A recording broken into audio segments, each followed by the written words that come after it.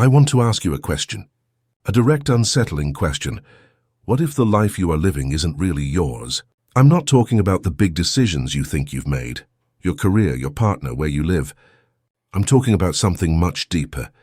The very architecture of your being, your automatic reactions in an argument, the silent fears that visit you in the stillness of the night, the way you love, the limits you place on yourself, the secret longings you barely dare to acknowledge. Are they truly yours? Or are they echoes? Inherited ghosts? Lines from a script that was handed to you the day you were born? A script you never chose to write, but have been performing to perfection? This is the forbidden truth, the one that lies at the heart of this manual. Most of us are living a borrowed life. Our first birth, the biological one, is also a psychic birth. We don't arrive in a neutral world. We are born in the middle of a story that is already in progress. The story of our family, with its triumphs and unresolved traumas. The story of our culture, with its dogmas and expectations. The story of our era, with its anxieties and illusions. And from our first breath, like a sponge, we begin to absorb it all.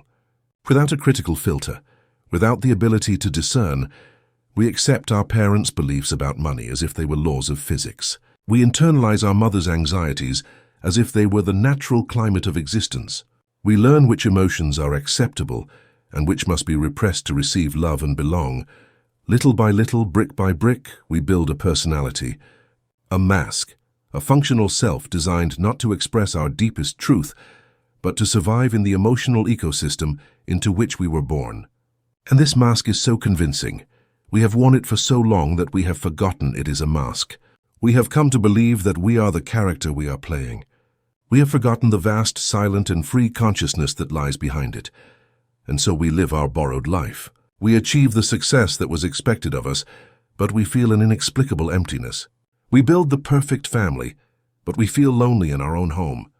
We accumulate achievements, but the feeling of being an imposter never leaves us. That emptiness you feel is not a pathology. It's not a sign that something is wrong with you. It is the healthiest symptom you could have. It is an invitation. It is the call of your authentic self, of your soul, buried under layers of programming. It is the echo of the life that truly belongs to you, calling you home. It is a sacred longing that whispers, this is a performance. It's a good performance, but it's not the truth. There is a more real, more powerful, and more authentic life waiting for you. This audiobook is not a guide to improving your borrowed life. It is not about adding a new room to your prison or polishing the bars of your cage. It is not about giving a new shiny coat to your mask. It is an invitation to a second birth. It is a manual for a rite of passage, a conscious, sometimes painful process of dying to the person you were told you were, of letting go of the script you have memorized, of cutting the invisible chains that tie you to your past so that you can, at last, be reborn in the power and freedom of who you truly are. It is a journey of deconstruction and resurrection. It is not for everyone. It is for those who have felt the echo, for those who are tired of acting in someone else's script, for those who suspect that their life, instead of being a work of art, has become an imitation.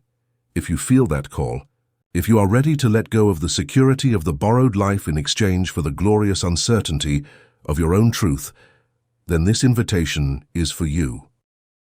Chapter 1. The First Birth. The Programming. When we come into this world, we are not a blank slate in the sense that we lack an essence. We carry within us the silent echo of our soul, a pure potential. But our conscious mind, the personal operating system through which we perceive the world is. During the first 7 years of life, the human brain operates predominantly in a theta wave state. This is not an unimportant technical detail. It is the key to the entire architecture of your prison. A theta state is not a state of logical thought or critical analysis. It is a state of daydreaming, of vivid imagination. It is the state of hypnosis, a state of pure recording. Imagine a professional hypnotist.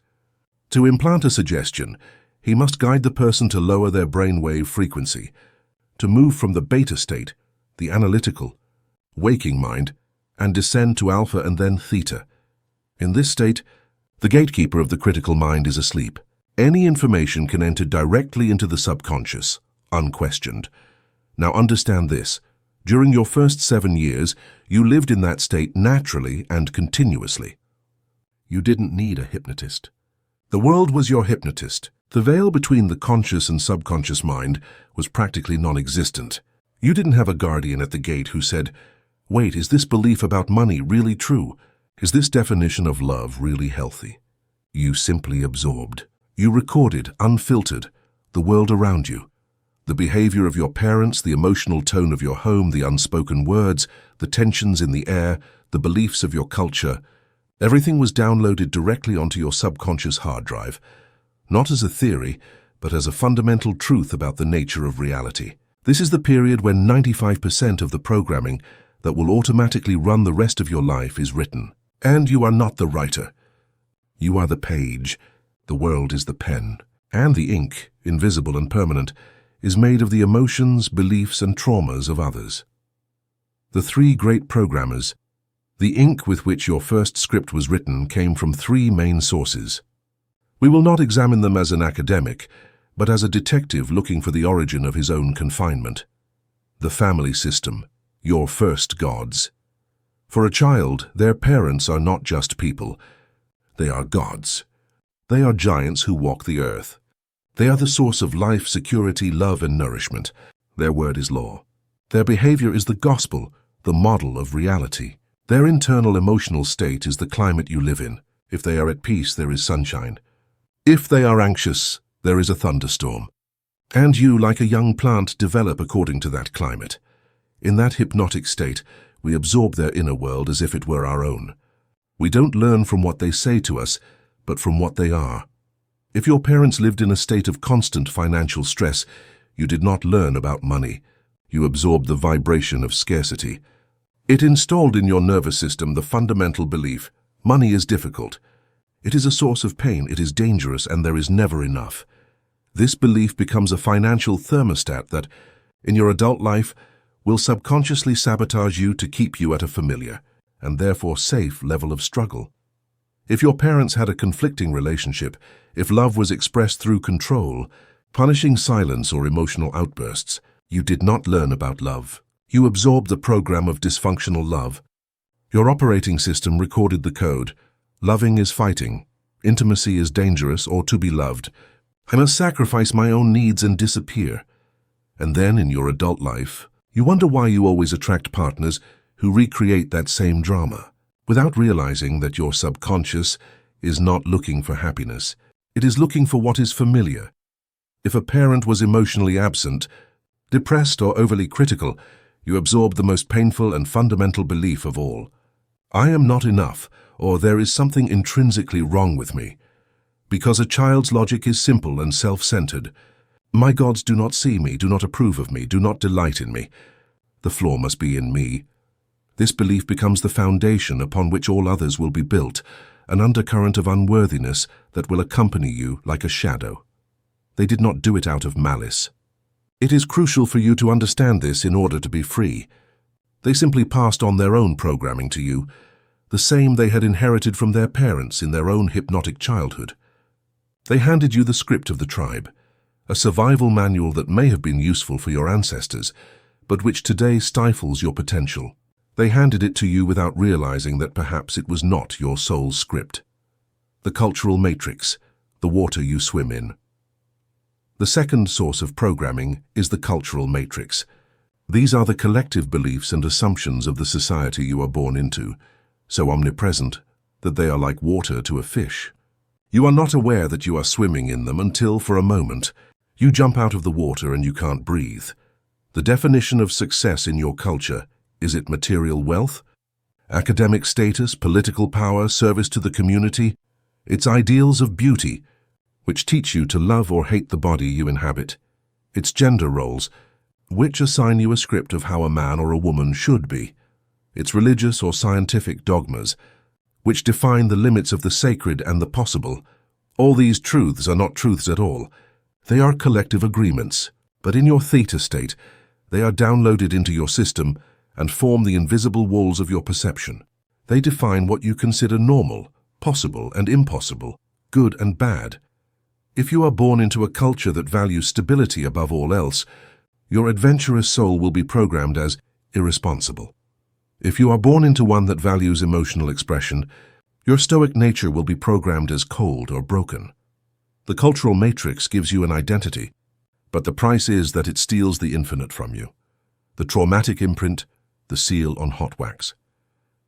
Finally, there are the specific events with a high emotional charge. A trauma, whether it's a major event like abuse, an accident, or the loss of a loved one, or a series of micro-traumas like constant humiliation at school, emotional abandonment, or always feeling like you're the last one picked, acts like a red-hot seal on the soft wax of a child's subconscious. In an instant of intense fear, pain or shame, the nervous system overloads and, to survive, freezes the moment in time. In that frozen instant, the child's mind, in its attempt to make sense of the unbearable, forges a belief. And that belief, born in a moment of maximum vulnerability, becomes an immutable law that will last a lifetime. A child who is publicly shamed by a teacher for making a mistake can, in that same second, install the belief. It is not safe to be seen. Making mistakes is dangerous and leads to humiliation and rejection. And that single line of code, that burning seal, can run an entire life of self-sabotage. That child will become an adult with paralyzing perfectionism, who never finishes their projects for fear that they won't be perfect. They will refuse to speak in public, turn down promotions, and keep their brightest ideas to themselves, all to obey a law that was written in an instant of pain 30 or 40 years ago. A girl whose father leaves home can forge the belief, "The people I love abandon me. There is something in me that drives men away." And this program will lead her in her adult life to sabotage her relationships. She will either desperately cling to her partner, creating a self-fulfilling prophecy of abandonment, or she will abandon them first to avoid reliving the original pain. These three programmers, family, culture, and trauma, do not work in isolation. They intertwine, creating a complex network of beliefs, perceptions, and rules that form the fundamental architecture of your first self. A self you did not choose, a self that was built for you, a self that until today you believed was you. The science of the mind tells us that approximately 95% of our lives, our decisions, our emotional reactions, our attractions, our behaviors are governed not by our conscious, logical and creative mind, the 5%, but by the programming of our subconscious mind, the 95%. Reflect on the immensity of this statement. It means that for 23 hours of every day you are an automaton, a magnificent ship sailing without a captain, steered by an autopilot that was programmed before you had the use of reason. This means that when you think you are making a free and rational decision, in 19 out of 20 cases, you are simply executing a program. You are the actor who thinks he is improvising, without realizing that he is reciting, word for word, a script he memorized decades ago. When you choose that partner who is exactly like the last one, it's not bad luck. It's the love is dysfunctional program running. When you look at your bank account and feel that familiar pang of panic, it's not a response to the current reality. It's the never enough program activating. When you have a brilliant opportunity in front of you and a voice in your head whispers, "You're not capable," it's not your intuition. It's the "I am not enough" program protecting you from the danger of being visible and failing. The subconscious is not good or bad. It is simply a machine for efficiency. Its only job is to take a program and execute it perfectly to save energy. It has no sense of humor. It does not understand metaphors. And above all, it has no concept of time. For your subconscious, the trauma of your 7-year-old humiliation is not in the past. It is happening now. And its job is to protect you from it happening again, even if that means keeping you small and hidden your whole life. The creation of the character, the roles of the borrowed life. This programming is what creates the character you play in the world.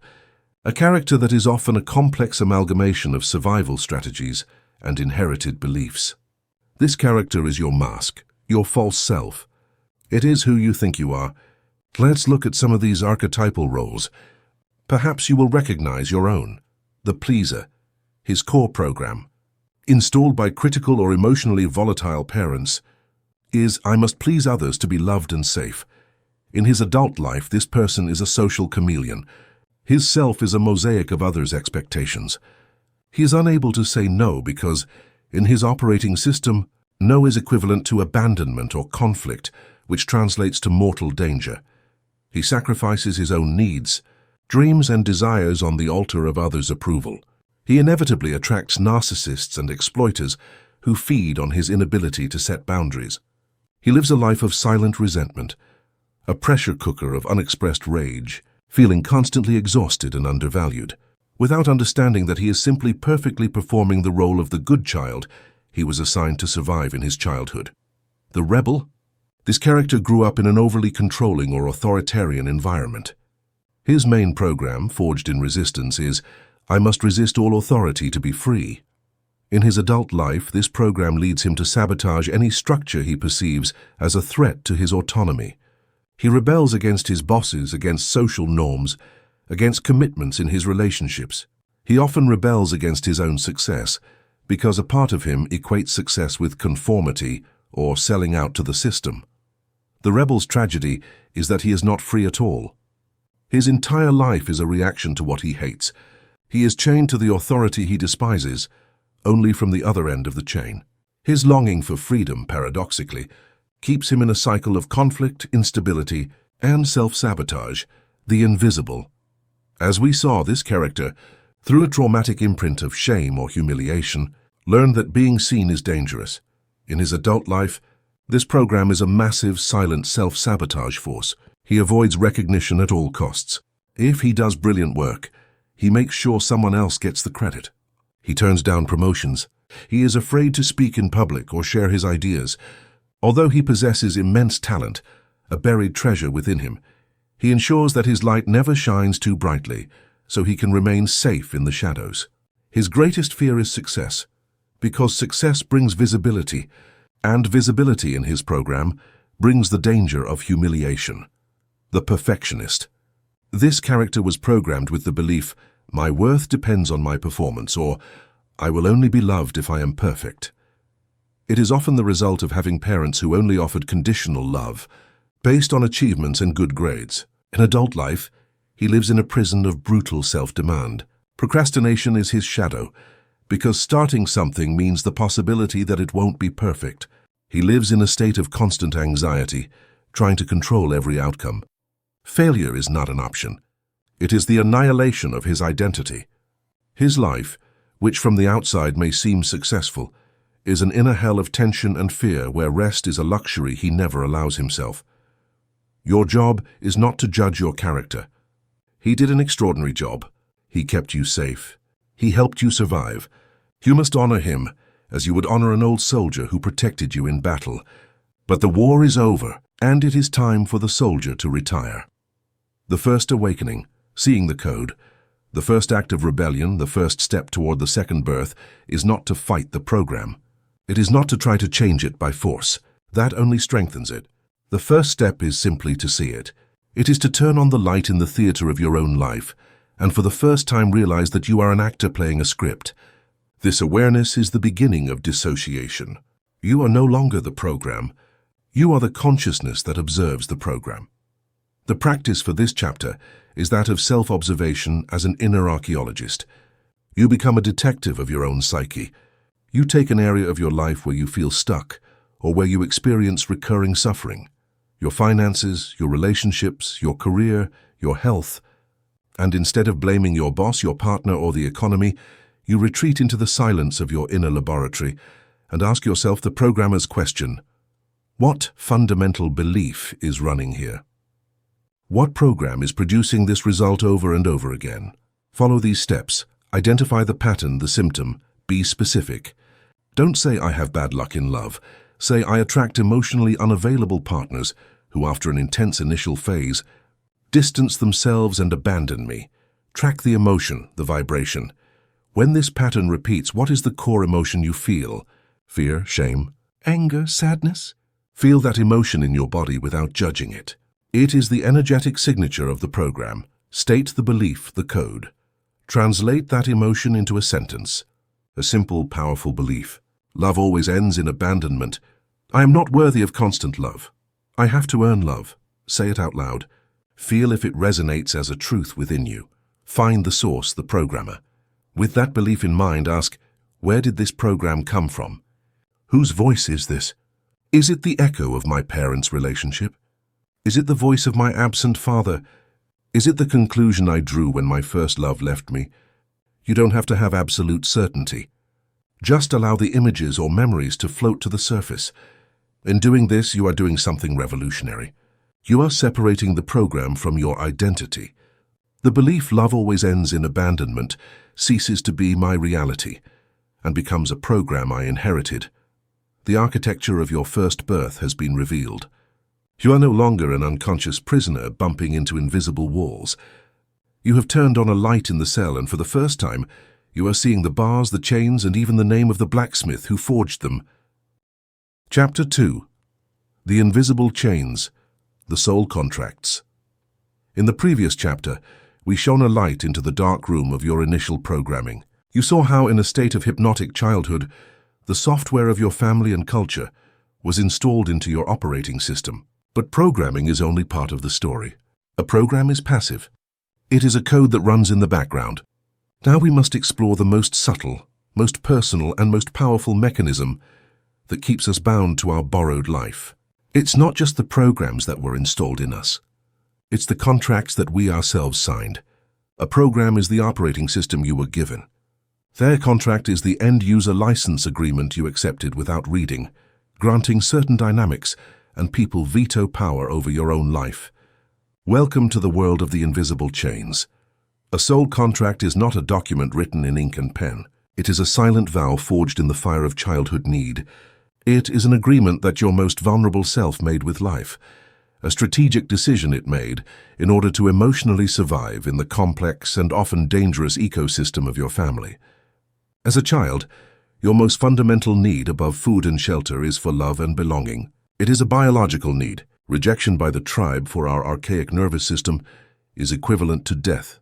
To ensure that vital connection with your first gods, your parents, you are willing to do anything. You are even willing to betray yourself, to fracture your own soul to fit into the spaces assigned to you. Imagine a girl who grows up in a home where the mother is chronically depressed, overwhelmed by a sadness that colors everything. The girl, who is a walking empathic radar, feels her mother's sorrow as if it were her own. Her survival instinct and immense love for her creator lead her to make a silent vow. Her contract, whispered in the sanctuary of her little heart, might sound like this: to be loved, to be good, and to keep my mother safe, I will never surpass her. I will never be happier, more brilliant, or more successful than she is. My joy might seem like a mockery of her pain. My light might hurt her or make her feel abandoned by me. Therefore I will keep my light dimmed. I will be her companion in the shadows. Now imagine a boy whose father is a tough man, an emotional oak who despises vulnerability and only values strength and success. Every time the boy cries, he is told men don't cry. Every time he shows fear, he is shamed. That boy's silent contract, signed with invisible tears, might be, to win my father's love, respect, and attention, I will never again show weakness. I will amputate my own heart. I will repress my sadness, my fear, and my tenderness. I will be an unshakable fortress. I will be worthy of his love. These contracts are not made with the logic of an adult. They are made with the desperate wisdom of a child, trying to control the uncontrollable, to ensure their emotional survival. They are in their origin acts of a deep love. They are acts of loyalty to the tribe. The problem is that these contracts, which were a brilliant survival strategy in childhood, become the invisible chains of our adult lives. The loyalty that saved you becomes the prison that limits you. The woman in the first example, now 40 years old, finds herself sabotaging her own success over and over again. She gets her dream job and develops a psychosomatic illness. She finds a partner who adores her and feels an inexplicable guilt. Every time she is about to achieve a great accomplishment, an invisible force holds her back, like a leash that pulls her back just before she crosses the finish line. It's not bad luck. It's not lack of discipline. It's her soul which remains fiercely loyal to the sacred contract she made with her mother. Being fully happy and successful feels, on a deep subconscious level, like a mortal betrayal. It's like abandoning her mother on an emotional battlefield. The man in the second example has become a successful, respected adult, just as his father wanted. But he is an empty fortress. He is emotionally inaccessible. His relationships are superficial. He cannot connect deeply with his partner, who complains about his coldness, or with his children, who long for his warmth. He feels profoundly lonely and isolated at the peak of his success, without understanding that he is still perfectly fulfilling the vow he made to his father, never to be vulnerable. His invisible chain is loneliness. These are the invisible chains. They are our deepest loyalties forged in love, and therefore the most difficult to break and often the most self-destructive. The anatomy of a chain. How is a contract forged? To break these chains, you must first learn to see them. You must become an expert in the anatomy of your own prison. The soul contract always has three components. The unconscious vow. It is the original decision, the phrase that was engraved on your soul, often forgotten by the conscious mind, but which operates as a fundamental law in your subconscious. It is an "I swear that," or never. Again, I swear I will always take care of my mother and make her happy. I swear I will never be a burden to anyone. I swear I will never fully trust anyone so they can't hurt me like they did. I swear I will always be the responsible one because no one else is. A vow that, ironically, keeps you energetically tied to them forever. The sealing emotion. The vow is always sealed with an intense emotion. This emotion is the glue that makes the contract so powerful. It can be the visceral fear of abandonment, the heartbreaking longing for love and approval, the burning shame of a trauma, or the guilt of feeling responsible for an adult's happiness. This emotional charge is what gives the contract its almost hypnotic power, and what creates a somatic seal, a memory stored not in the brain, but in the tissues of the body. That's why, when you're about to break the contract, you don't feel a thought, you feel a pang of panic in your stomach, a tightness in your chest. It's your body remembering the danger, the confirmatory evidence. Once the contract is in force, your mind, like a loyal and obsessive lawyer, will spend the rest of your life looking for evidence to justify and reinforce it. Your reticular activation system, that part of your brain that filters reality, becomes the contract guardian. Its mission is to show you only the parts of reality that confirm that the contract is still necessary. If you signed the contract of, "I will never trust anyone," your guardian will become an expert at detecting the slightest sign of dishonesty in others, completely ignoring the overwhelming evidence of loyalty and kindness. Your reality becomes a perfect echo of your vow. You create over and over again the scenario that justifies the existence of the chain. The three great contracts that chain us. Although our contracts are as unique as our fingerprints, they often fall into three great and tragic categories. Listen carefully. Your soul will recognize the truth, the contract of loyalty to limitation. This is the vow not to surpass our tribe. If you grew up in a family where there was a deep-seated belief in scarcity, chronic illness, failure, or constant drama, you may have signed a contract of loyalty to the struggle to be able to continue to belong. Success, health, peace, or wealth feel like an act of betrayal, as if you were abandoning your family in a foreign country and you were the only one to speak the new language of abundance. It manifests as a family glass ceiling. You get to a certain point and you cannot go any further, because going further means being alone. The contract of the assigned role. In the unconscious dynamics of a family, each child is often assigned a role, a character in the family play. And we sign a contract to play that role perfectly, because it is how we get our sense of identity and belonging. The hero, the one who must succeed at all costs to give value to the family. Their contract is to be perfect and carry the weight of everyone's expectations. Their chain is the fear of failure and chronic exhaustion. The peacemaker, the diplomat who must keep everyone happy. Their contract is to mediate all conflicts and absorb the tension. Their chain is the total loss of their own identity and needs. The black sheep tarked the rebel, the one who carries the family's shadow, the one who expresses the anger and frustration that others repress. Their contract is to be the problematic one. Their chain is that, in their rebellion, they remain defined by what they fight against, never finding true freedom. The lost child, the one who learns that the best way to survive is not to bother, to be invisible. Their contract is to have no needs. Their chain is a life of deep loneliness and the inability to ask or receive. In adult life, we remain trapped in that role, unable to access the totality of our being. We are a magnificent actor, but we only know how to play one character, the contract of conditional love. This is the most common and perhaps the most painful of all. It is the vow we make when we learn the terrible lesson that love is not unconditional, that it is something that must be earned. To be loved, I must be perfect, successful, good, quiet, funny, intelligent. This contract turns us into human chameleons, always trying to guess what version of ourselves we should present to receive approval. It disconnects us from our intuition and turns us into actors, always auditioning for a love that by definition, if it has to be earned, is never real. The chain it forges is that of unworthiness, the feeling that our authentic, naked, and unadorned self is fundamentally unacceptable. These contracts, these invisible chains, are the bars of the prison of your borrowed life. But here is the truth that changes everything. You are the prisoner, yes, but you are also the blacksmith who forged the chains, and therefore you are also the only one who has the power to melt them. The first practice, the archaeology of the contract to break a chain. You must first see it with absolute clarity. Feel its weight, hear its clinking in your soul. The first act of the liberator is that of contract archaeology. Find a moment and a space of absolute stillness where you will not be interrupted. Take your journal, which is not a simple notebook but your sacred digging tool.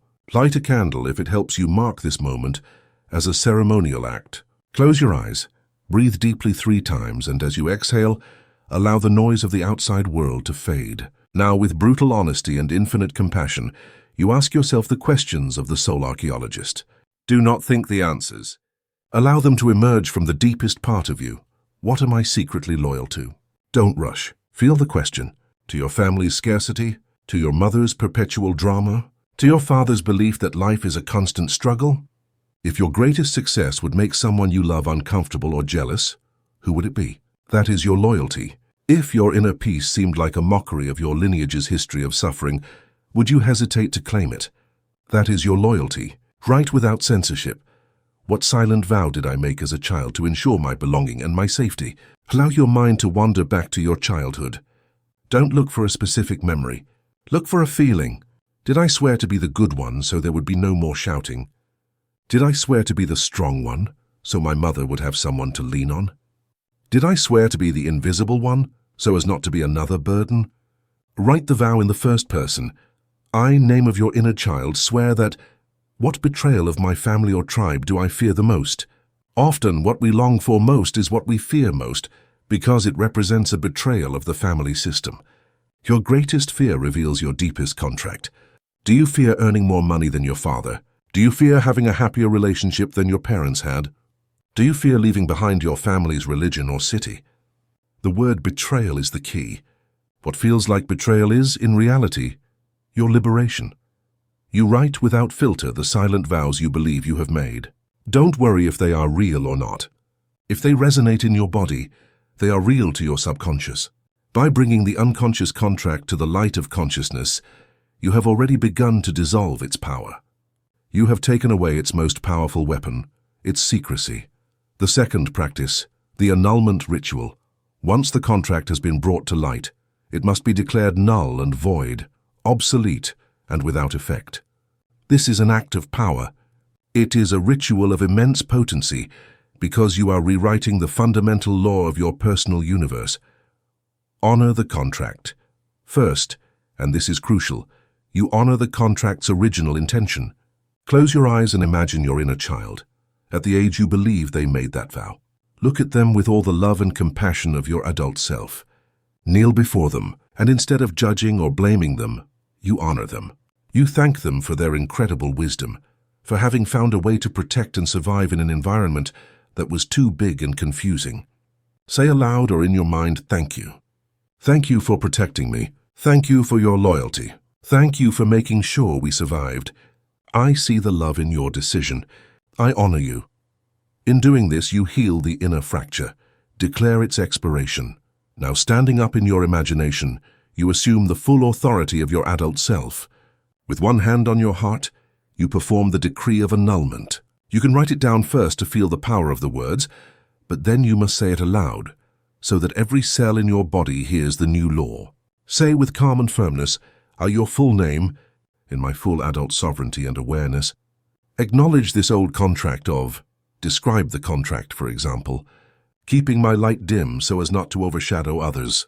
I honor the intention of love and survival with which it was created by my younger self.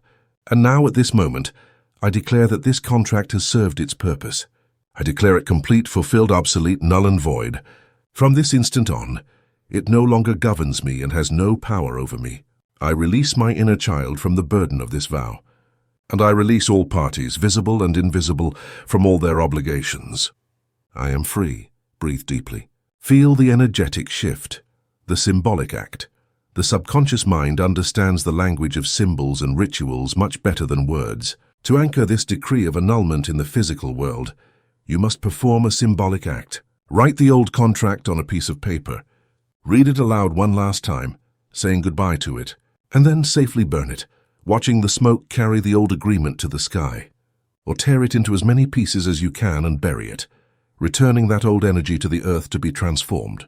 Or write the contract on a stone and throw it into a river or the sea, feeling the weight release from you.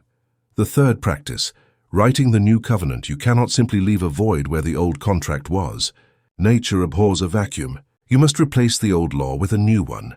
You must sign a new covenant.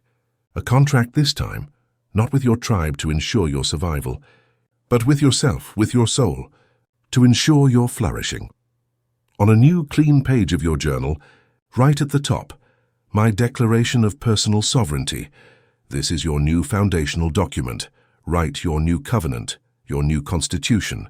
It must be in the first person, in the present tense, and in a powerful language. For example, I, your name, sign this new covenant with my own soul. Clause 1. My primary loyalty is to my own expansion, my own joy and my own truth. Clause 2. My inner peace is my highest priority and is non-negotiable. I have the right and the duty to move away from people and situations that threaten it. Clause 3. My worth is inherent, absolute and independent of my achievements, my productivity or the approval of others. Clause 4. I give myself unconditional permission to surpass all the past limitations of my lineage. My success is not a betrayal, it is a healing. My happiness is my gift to the world. My sovereignty is my law. I choose from this moment on to live my own authentic life. Read this new covenant aloud. Sign it. Date it today, the first day of your new life. The invisible chains, those forged in the love and fear of a child, have dissolved in the light of your consciousness. The old contract, written in the invisible ink of fear, has been ceremonially annulled. And in its place, you have signed a new covenant, written in the golden ink of your adult sovereignty. Chapter 3. The Ego's Mask, the False Self. To understand the mask, we must first bow to it with reverence. The ego, the personality we build, is not an enemy. It is not a cosmic design flaw. It was not born of malice or vanity. It was born of a deep sacred need, the need to survive. As a child, an infinitely open, vulnerable, and dependent being, you came into a complex world, a family ecosystem with its own rules, emotional climates, and invisible predators. And your psyche, in its infinite intelligence, began to develop an adaptation strategy to protect your tender essence. It observed the environment with the sharpness of an animal in the jungle. It learned which behaviors were rewarded with the kingdom's most valuable currency, love, attention, and security. And it learned which impulses, emotions, and truths were punished with exile, rejection, or abandonment. From this massive data collection, it began to build an interface, an avatar, a mask custom designed to navigate the specific world of your childhood. If love in your home was conditional and only given when you got an A, your ego, that brilliant strategist, built the mask of the perfectionist.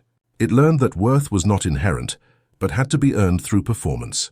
If your environment was chaotic, volatile and unpredictable, perhaps with addicted or emotionally unstable parents, your ego built the mask of the controller.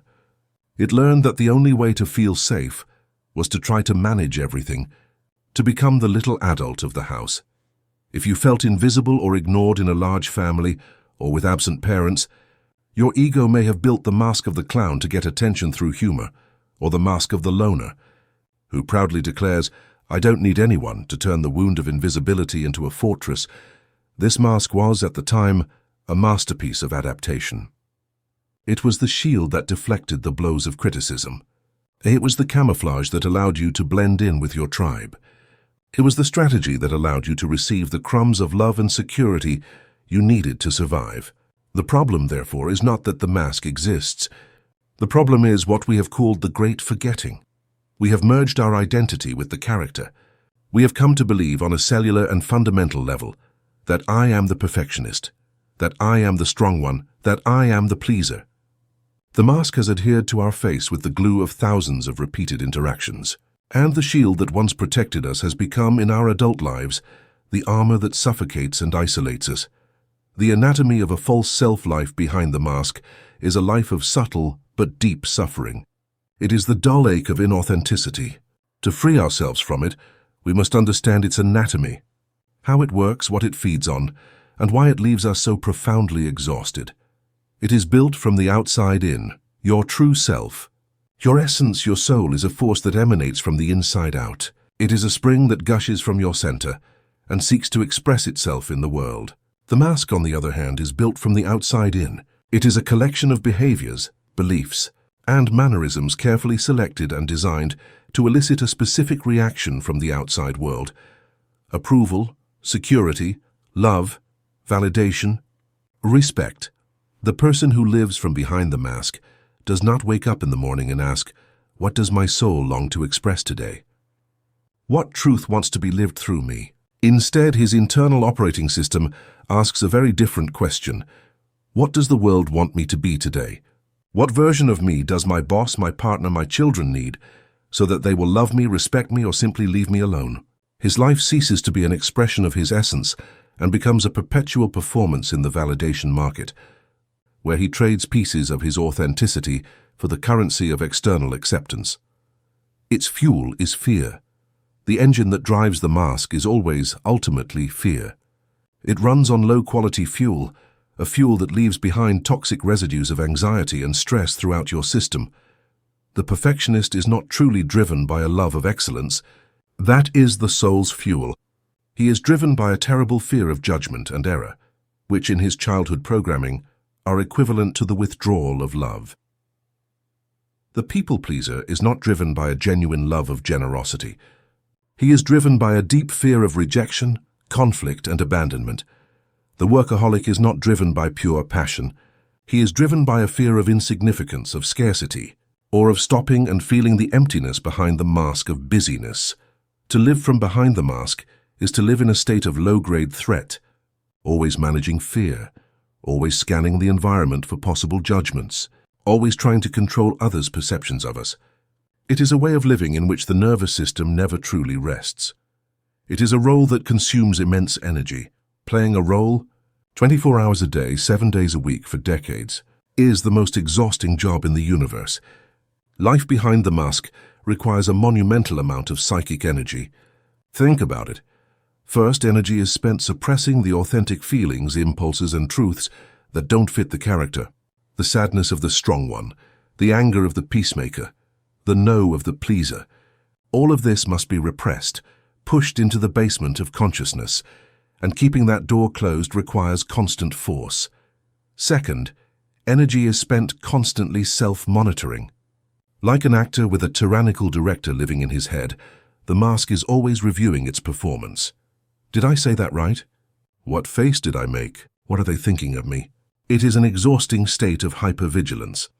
Third, energy is spent on the constant worry of being discovered. It is imposter syndrome.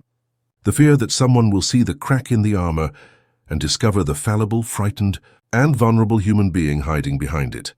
This is the true source of the epidemic of chronic fatigue, anxiety, and burnout. We are not tired of our lives. We are exhausted by the performance. It is a soul exhaustion, the pain of suffocation, and here we come to the heart of the matter, to the silent tragedy that unfolds in the lives of millions. The mask that once protected us, that was once our shield, now suffocates us. It suffocates creativity because our authentic self, with its strange ideas, peculiar passions, and wonderful eccentricities, does not dare to come out and play for fear of being judged by the script of normalcy. The graveyard of brilliant ideas is in the minds of people who live behind a mask. It suffocates intimacy because true connection can only happen between two authentic beings. Two suits of armor can clash. They can admire each other, They can even lie next to each other, but they can never truly embrace. The mask allows you to be admired, but it forbids you from being seen. And this is the deepest loneliness, to be in a room full of people who love your character, while your true self feels completely invisible. It suffocates joy because we must distinguish between pleasure and joy.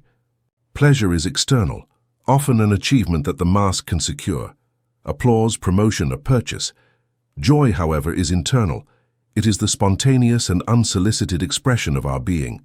It is uncontrollable laughter, the crying of emotion, at beauty, the peace of not needing to be anyone but who you are. The mask, with its constant need for control and perfection, is the declared enemy of spontaneity. Living behind the mask is the experience of dying of thirst while sitting next to a spring of living water, simply because you have forgotten how to take off your helmet to drink. The first practice, the art of sacred witnessing. The first act of liberation is not to fight the mask, because what you fight, you strengthen. The first act is to observe it with a detached and compassionate curiosity. Your practice is to become a sacred witness of your own character. You take your journal, which is your most honest mirror, and for a week you become an anthropologist of your own ego, studying this fascinating creature you have been. Identify and name the character. What is your main mask, your most used avatar? The impeccable perfectionist, the smiling pleaser, the anxious controller, the distant intellectual, the entertaining clown, the self-sacrificing savior, the misunderstood victim. Give it a name, perhaps even an affectionate one. There goes my controller general, or my sweet-pleasing chameleon. Naming it creates an immediate separation. Observe its performances, with curiosity, not judgment. Throughout the day, simply observe your character in action. Become a naturalist. In what situations does it appear? What triggers it? What is its typical phrase? What is its body posture? Ah, there's the pleaser saying yes when his whole body screams no. Interesting, the inner critic just appeared, the voice of the perfectionist attacking me for that small mistake in the email. I'm observing the intellectual using complex words to maintain a safe emotional distance. Feel its energetic cost. After one of these performances, pause, close your eyes, and write in your journal how you feel in your body. Do you feel expansive, light, and full of energy? Or do you feel contracted, heavy, and exhausted? This is the inauthenticity hangover. By recording it, you are showing your system the true price of wearing the mask. This act of detached observation is the beginning of freedom, because the moment you can see the mask, you realize on a visceral, deep level that you are not the mask. You are the silent, spacious consciousness that is observing it. You have created a gap, and in that sacred space between the observer and the observed, freedom can be born. The second practice, the authenticity training. The mask is fed by the fear that your authentic self is unacceptable and will be rejected. To dissolve the mask, you must demonstrate to your nervous system with concrete evidence that it is safe to be yourself. Your practice is that of micro-acts of authentic courage. The ego, the mask, is a master of resistance. It will oppose drastic, dramatic changes. But it cannot fight 1,000 small acts of truth. You start with small, low-risk steps to train the muscle of authenticity. If your mask is that of the pleaser, your micro-act could be to say a kind no to a small request. Thanks for thinking of me, but I can't at this time. No excuses, no justifications. Observe how the world doesn't end. If your mask is that of the intellectual who always has to be right, your micro-act could be to say in a conversation, I don't know the answer to that. That's an interesting point. I have to think about it. Feel the vulnerability and liberation of not having to be the expert. If your mask is that of the perfectionist, your micro-act could be to hand in a piece of work that is good enough, instead of torturing yourself for hours, seeking an unattainable perfection. Or it could be to openly admit a small mistake. Oops, I made a mistake there. If your mask is that of the savior, your micro-act could be to listen to a friend's problem, and instead of giving a solution, say, that sounds really hard. I trust you have the strength to find your way.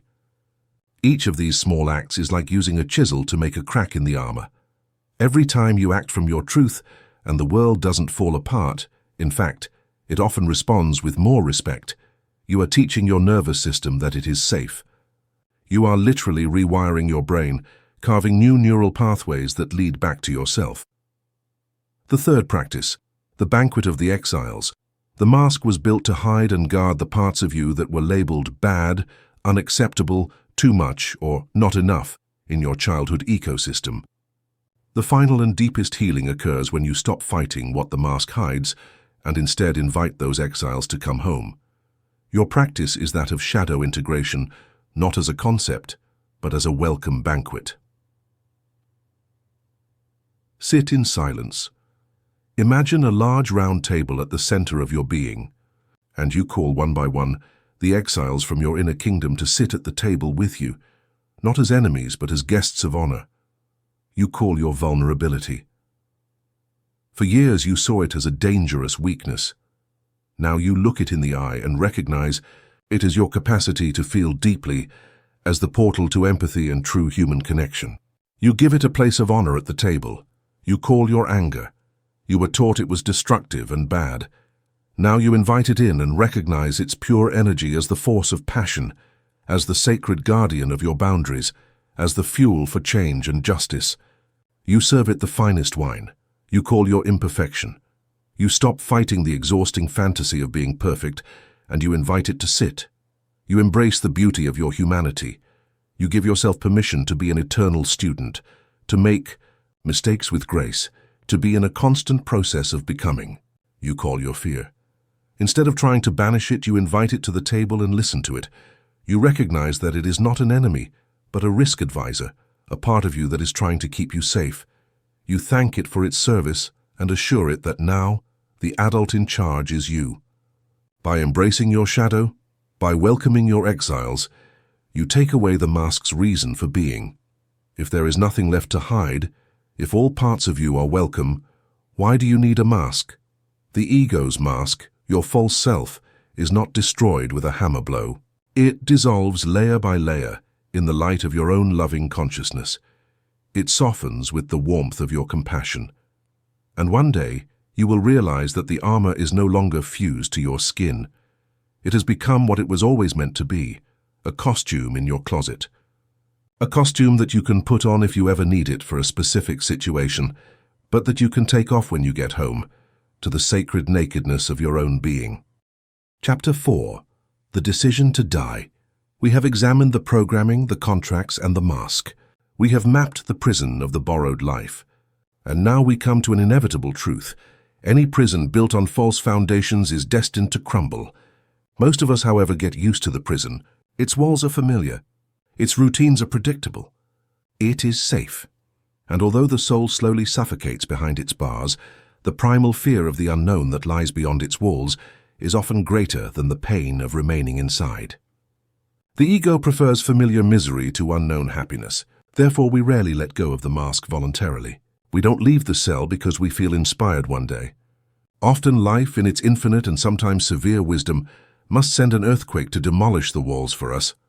Welcome to the most terrifying, most crucial, and most sacred moment of the journey. Welcome to the demolition of your old world. Welcome to the dark night of the soul. Welcome to the decision to die, the cracks in the mask. When the borrowed life becomes unsustainable, life behind the mask, the life of the false self, is inherently unsustainable. It is a feat that defies the fundamental law of nature, which is authenticity. It requires an immense amount of vital energy to maintain the performance, to suppress the truth of your soul that pushes to get out, to manage the constant fear of being discovered. And sooner or later, like a dam subjected to unbearable pressure, the structure begins to give way. The cracks appear. These cracks are often triggered by an external catalyst, an event that acts like a jackhammer on the foundations of your borrowed identity. The loss of a job. It is not just the loss of income. If your mask was that of the successful one or the provider, it is the annihilation of your identity. You look in the mirror and no longer know who you are. The suit you are wearing has been ripped from you, leaving you naked and worthless in the eyes of your own inner judge. The end of a relationship. It is not just the sadness of a separation. If your mask was that of the perfect lover, or if you had made your partner the pillar of your security and your worth, their departure is the collapse of your universe. The mirror in which you looked to know who you were has shattered, and the fragments only return a broken, unknown image. A health crisis, illness or chronic pain are the great teachers of truth. They rip away the illusion of invulnerability and control. The body, that ignored servant, suddenly becomes the master, screaming a truth that your mind had refused to hear. This way of living is killing you. The betrayal of success, perhaps the most subtle and painful catalyst. It is the moment you reach the goal you thought would make you happy and validate you forever. The promotion, the house, public recognition, only to discover that the emptiness is still there, bigger and more mocking than ever. It is the definitive disillusionment, the irrefutable proof that you have been climbing the wrong mountain your whole life. This is the moment when the script you have been performing no longer makes sense. The mask cracks, unable to withstand the pressure of reality, and through those cracks the darkness, confusion, and pain that you have been repressing your whole life begin to seep through, first as a drip, and then as a flood. The anatomy of the dark night of the soul, the dark night of the soul, a term coined by the 16th century mystic St. John of the Cross, is not a simple depression or a bad spell. It is an existential and spiritual crisis. It is the alchemical disintegration of the old world, the conscious death of the false self. And it is without a doubt the most painful, lonely and disorienting experience a human being can go through. To be able to navigate it, you must understand its map. It has 3 phases. The loss of meaning, the great thaw. The first thing to crumble is the scaffolding of your belief system. The truths on which you had built your entire life. Hard work guarantees success. If I'm a good person, life will be fair. My partner will complete me. Having money will solve my problems, are revealed to be the fragile illusions they always were. It's as if the solid ice you were skating on with confidence suddenly cracks and melts, plunging you into icy waters of uncertainty. The world which once seemed to have an order suddenly becomes absurd, chaotic, and meaningless. Your map of reality burns before your eyes, and you find yourself in completely unknown territory, with no compass, no guiding stars. The motivations that once drove you now seem like ashes. Ambition feels hollow, pleasure tasteless. This is the phase of what for? What for effort? What for love? What for getting out of bed? What for living? It is the death of your life philosophy. The confrontation with the shadow, the return of the exiles, with the walls of the mask crumbling, the inner prison that contained your personal demons opens wide. All the emotions and parts of you that you had exiled to the shadow for decades now emerge with a terrifying force, not to destroy you, but to be integrated. The primal fear of annihilation, of non-existence, that was hiding beneath your need for control, the volcanic anger for the injustices suffered, for the times you betrayed yourself, for the life not lived, the oceanic sadness for the unwept losses, for the abandoned inner child, for the sacrificed authenticity, the deep shame for your supposed imperfections, for not having been enough, for having been a fraud. You no longer have the usual defenses, distraction, work, denial to repress them. They flood you. You feel as if you are going crazy. But listen to this truth. You are not going crazy. You are becoming, for the first time, whole. You are meeting in the raw the parts of you that your mask refused to acknowledge. It is a brutal but necessary family reunion. The annihilation of the self, the death in the abyss. Finally, if you have the courage not to flee, you reach the heart of the dark night. The dissolution of your identity. After your beliefs have dissolved and your shadows have confronted you, the final question emerges from the abyss. If you are not your job, or your relationships, or your achievements, or your body, or even your beliefs, then who are you? This is the experience of the void, of the abyss. It is the feeling that the self you knew, that character, that mental construct is dying, dissolving into nothingness. And it is absolutely terrifying, because the ego's mind, which is a machine for identification, cannot conceive of an existence beyond itself. For the ego, this dissolution is the final death, the end of everything. You look in the mirror, and you don't recognize the person looking back at you. The panic is primal. The great and tragic misinterpretation of our modern culture is to see this dark night as a mental illness that must be medicated, suppressed, and eradicated as soon as possible. It is seen as a breakdown, a malfunction in the machine, but from the perspective of the second birth, the dark night of the soul is not a malfunction. It is a breakthrough. It is not a pathology. It is an initiation. It is the purifying fire that must burn the old sick forest so that a new, more authentic life can sprout. It is the violent, necessary dissolution of the caterpillar inside the chrysalis, the indispensable prerequisite for the butterfly to eventually be born. It is life itself acting as a surgeon of the soul, excising the cancer of your false self. The first practice, the declaration of surrender, the sovereign enough. The second birth does not begin with an act of construction. It begins with an act of demolition. It begins with a surrender. But it is not the passive, defeated surrender of the victim. It is an active, sovereign surrender. It is the moment when the judo master stops resisting and uses his opponent's force to his advantage. It is the moment when, from the center of your pain, exhausted from fighting, you look at the universe and, with a calm that comes from having nothing left to lose, you say, enough. Enough of this performance. Enough of pretending I'm in control. Enough of living a borrowed life that is killing me. Enough of this struggle. This mask, this prison. This is not a cry of despair. It is a declaration of power. It is the first time your authentic self speaks with absolute clarity. It is the act of letting go of the reins, of stopping the fight against the process of disintegration. It is the moment when you say to your soul, to God, to the universe, okay, I don't understand what's happening. I don't know where you're taking me. I don't know what's on the other side of this fire, but I'm stopping the fight, I trust. Show me the way. The practice is the surrender ritual. You retreat to a sacred space where you will not be disturbed, and you write a letter, a farewell letter to your old self, to your old life. Dear your name, the character I have been until today, I am writing to honor and release you. Thank you for protecting me. Thank you for your strength, your cunning, for helping me survive in a world I didn't understand. You fulfilled your function perfectly. But your time is over. The play has come to an end. And now, with love and immense gratitude for your service, I release you. I allow you to die. I let go of the need to control, the need to know, the need to be right. I accept the void. I accept the fire. I am ready for what comes. You read this letter aloud, feeling every word, and then safely you burn it. You watch as the flames consume the words, as the old identity contract turns to ashes. This is your conscious yes to the process of death. The second practice, honoring the dead, the sacred grieving. Our culture, allergic to discomfort, wants you to move on quickly. But for a death to be healing, it must be mourned. You cannot be reborn if you keep dragging the corpse of your old self behind you. You must give it a dignified burial. The practice is that of sacred grieving. You give yourself unconditional permission for a time to feel all the pain of the loss. You create a sacred space and time for your pain. You cry for the lost innocence, for the child who had to grow up too fast and forge a mask. You cry for the unfulfilled dreams of the borrowed life, recognizing that, although they were the wrong dreams, they hurt when they died.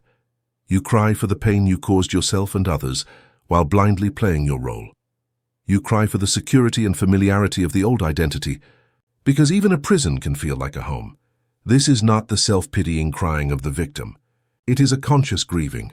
It is the act of honoring the person you were, of acknowledging their suffering and of finally letting them go in peace. It allows the wave of sadness to move you, knowing that it will not drown you. Tears are the sacred water that cleanses the ground for new sowing. Without this grieving, the old energy remains stagnant. The third practice, embracing the fertile void, gestation in the chrysalis. After surrender and grieving, you inevitably arrive at the void. At the space between lives. This is the most disorienting and at the same time most crucial and potent state of the entire process. You are no longer who you were, but you don't yet know who you are going to be. You are a chrysalis. Your old caterpillar form has dissolved into a primordial soup of cells, but your butterfly wings have not yet formed. It is the state of not knowing. The ego's temptation at this point is panic. It will scream to fill the void in a hurry, to find a new identity, a new relationship, a new job, a new dogma that will give it a sense of security and form. The initiate in the second birth resists this temptation with a heroic patience. His practice is to remain in the void, trusting that it is not a sterile void but a fertile void. It is the womb. He trusts in the gestation process. He knows that the wings are forming in the darkness, in the silence, in the not knowing, guided by a higher intelligence. He practices radical non-doing. He does not make big life decisions in this state. His only job is to be present with the deep discomfort of uncertainty. He nurtures and cares for the chrysalis. He rests more than ever. He spends time in nature, which perfectly understands the cycles of death and rebirth. He surrounds himself with beauty. He drastically reduces stimuli from the outside world, news, social media, others' dramas. His only task is to create the safest, most nurturing environment for the gestation that is happening within him. The decision to die is not a single, dramatic act, but a continuous process of surrender, grieving, and trusting in the void. It is the sacred threshold you cross from the borrowed life, defined by control and fear, to the true life, defined by trust and authenticity. It is the moment you stop being the clay passively molded by the world's hands and reclaim your power as the conscious sculptor of your own magnificent being. You have died to who you thought you were. Now and only now are you ready to discover who you have come to be. Chapter 5. The Fire of Forgiveness Cutting the Chains. You have made the decision to die. You have accepted the demolition of your old world in the dark night of the soul, but a house cannot be demolished if it is still anchored to neighboring properties by thick steel chains. An old self cannot die in peace if it is still energetically chained to the ghosts of its past. Now we must perform the most crucial act of liberation of all. We must enter the forge of the heart and light the purifying fire. We must talk about the fire of forgiveness. To understand the power of forgiveness, we must first dismantle the great lie that our culture and our ego have told us about it.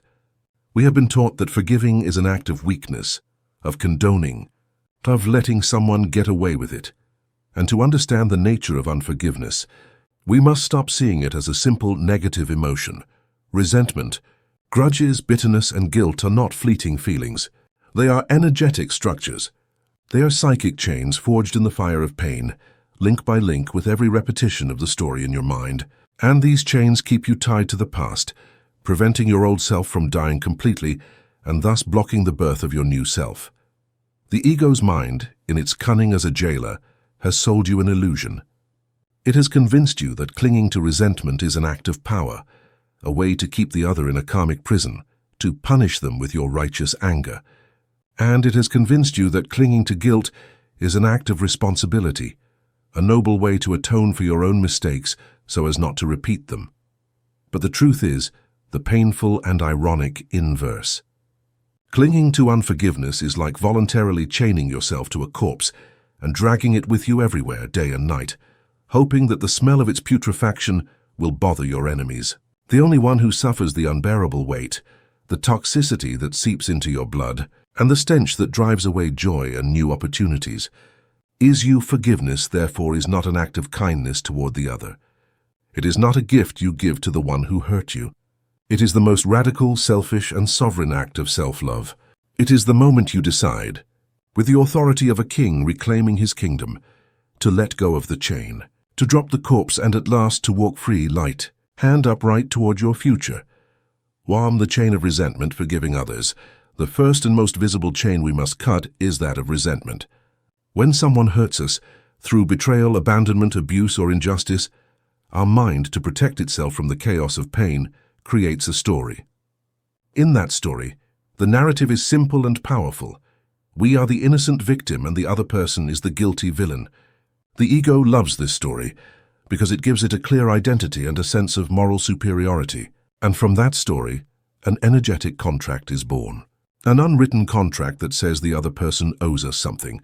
An apology, a repair, a punishment, an acknowledgement of our pain. This contract is the chain. By keeping that person in the focus of our resentment, we are unknowingly performing 3 acts of massive self-sabotage. We pump our vital energy into the past. Every time you think about that person and the wound, every time you rehearse the conversation you will never have, every time you feel that pang of anger, you are acting as a psychic blood donor. You are pumping your precious consciousness energy through the chain, feeding the ghost of an event that has already ended, and draining your vitality in the present. Chronic fatigue, brain fog, and a lack of creativity are often nothing more than the symptoms of a life dedicated to keeping the dead alive. We maintain an open energetic channel.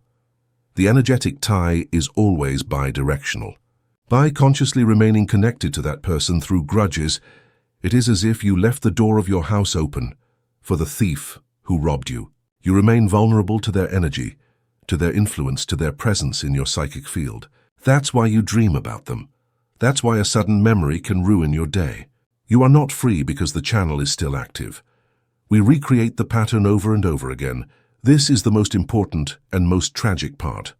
By keeping the vibration of resentment, injustice, and victimhood alive, you become a radio antenna that emits a constant frequency to the universe. By the law of the mirror or resonance, you do not attract what you want, you attract what you are vibrationally. Your resentment is a constant prayer that says, "Universe, send me more situations and more people who will make me feel betrayed and powerless." You become a magnet for the repetition of the same painful pattern until you finally learn the lesson and decide to change the frequency.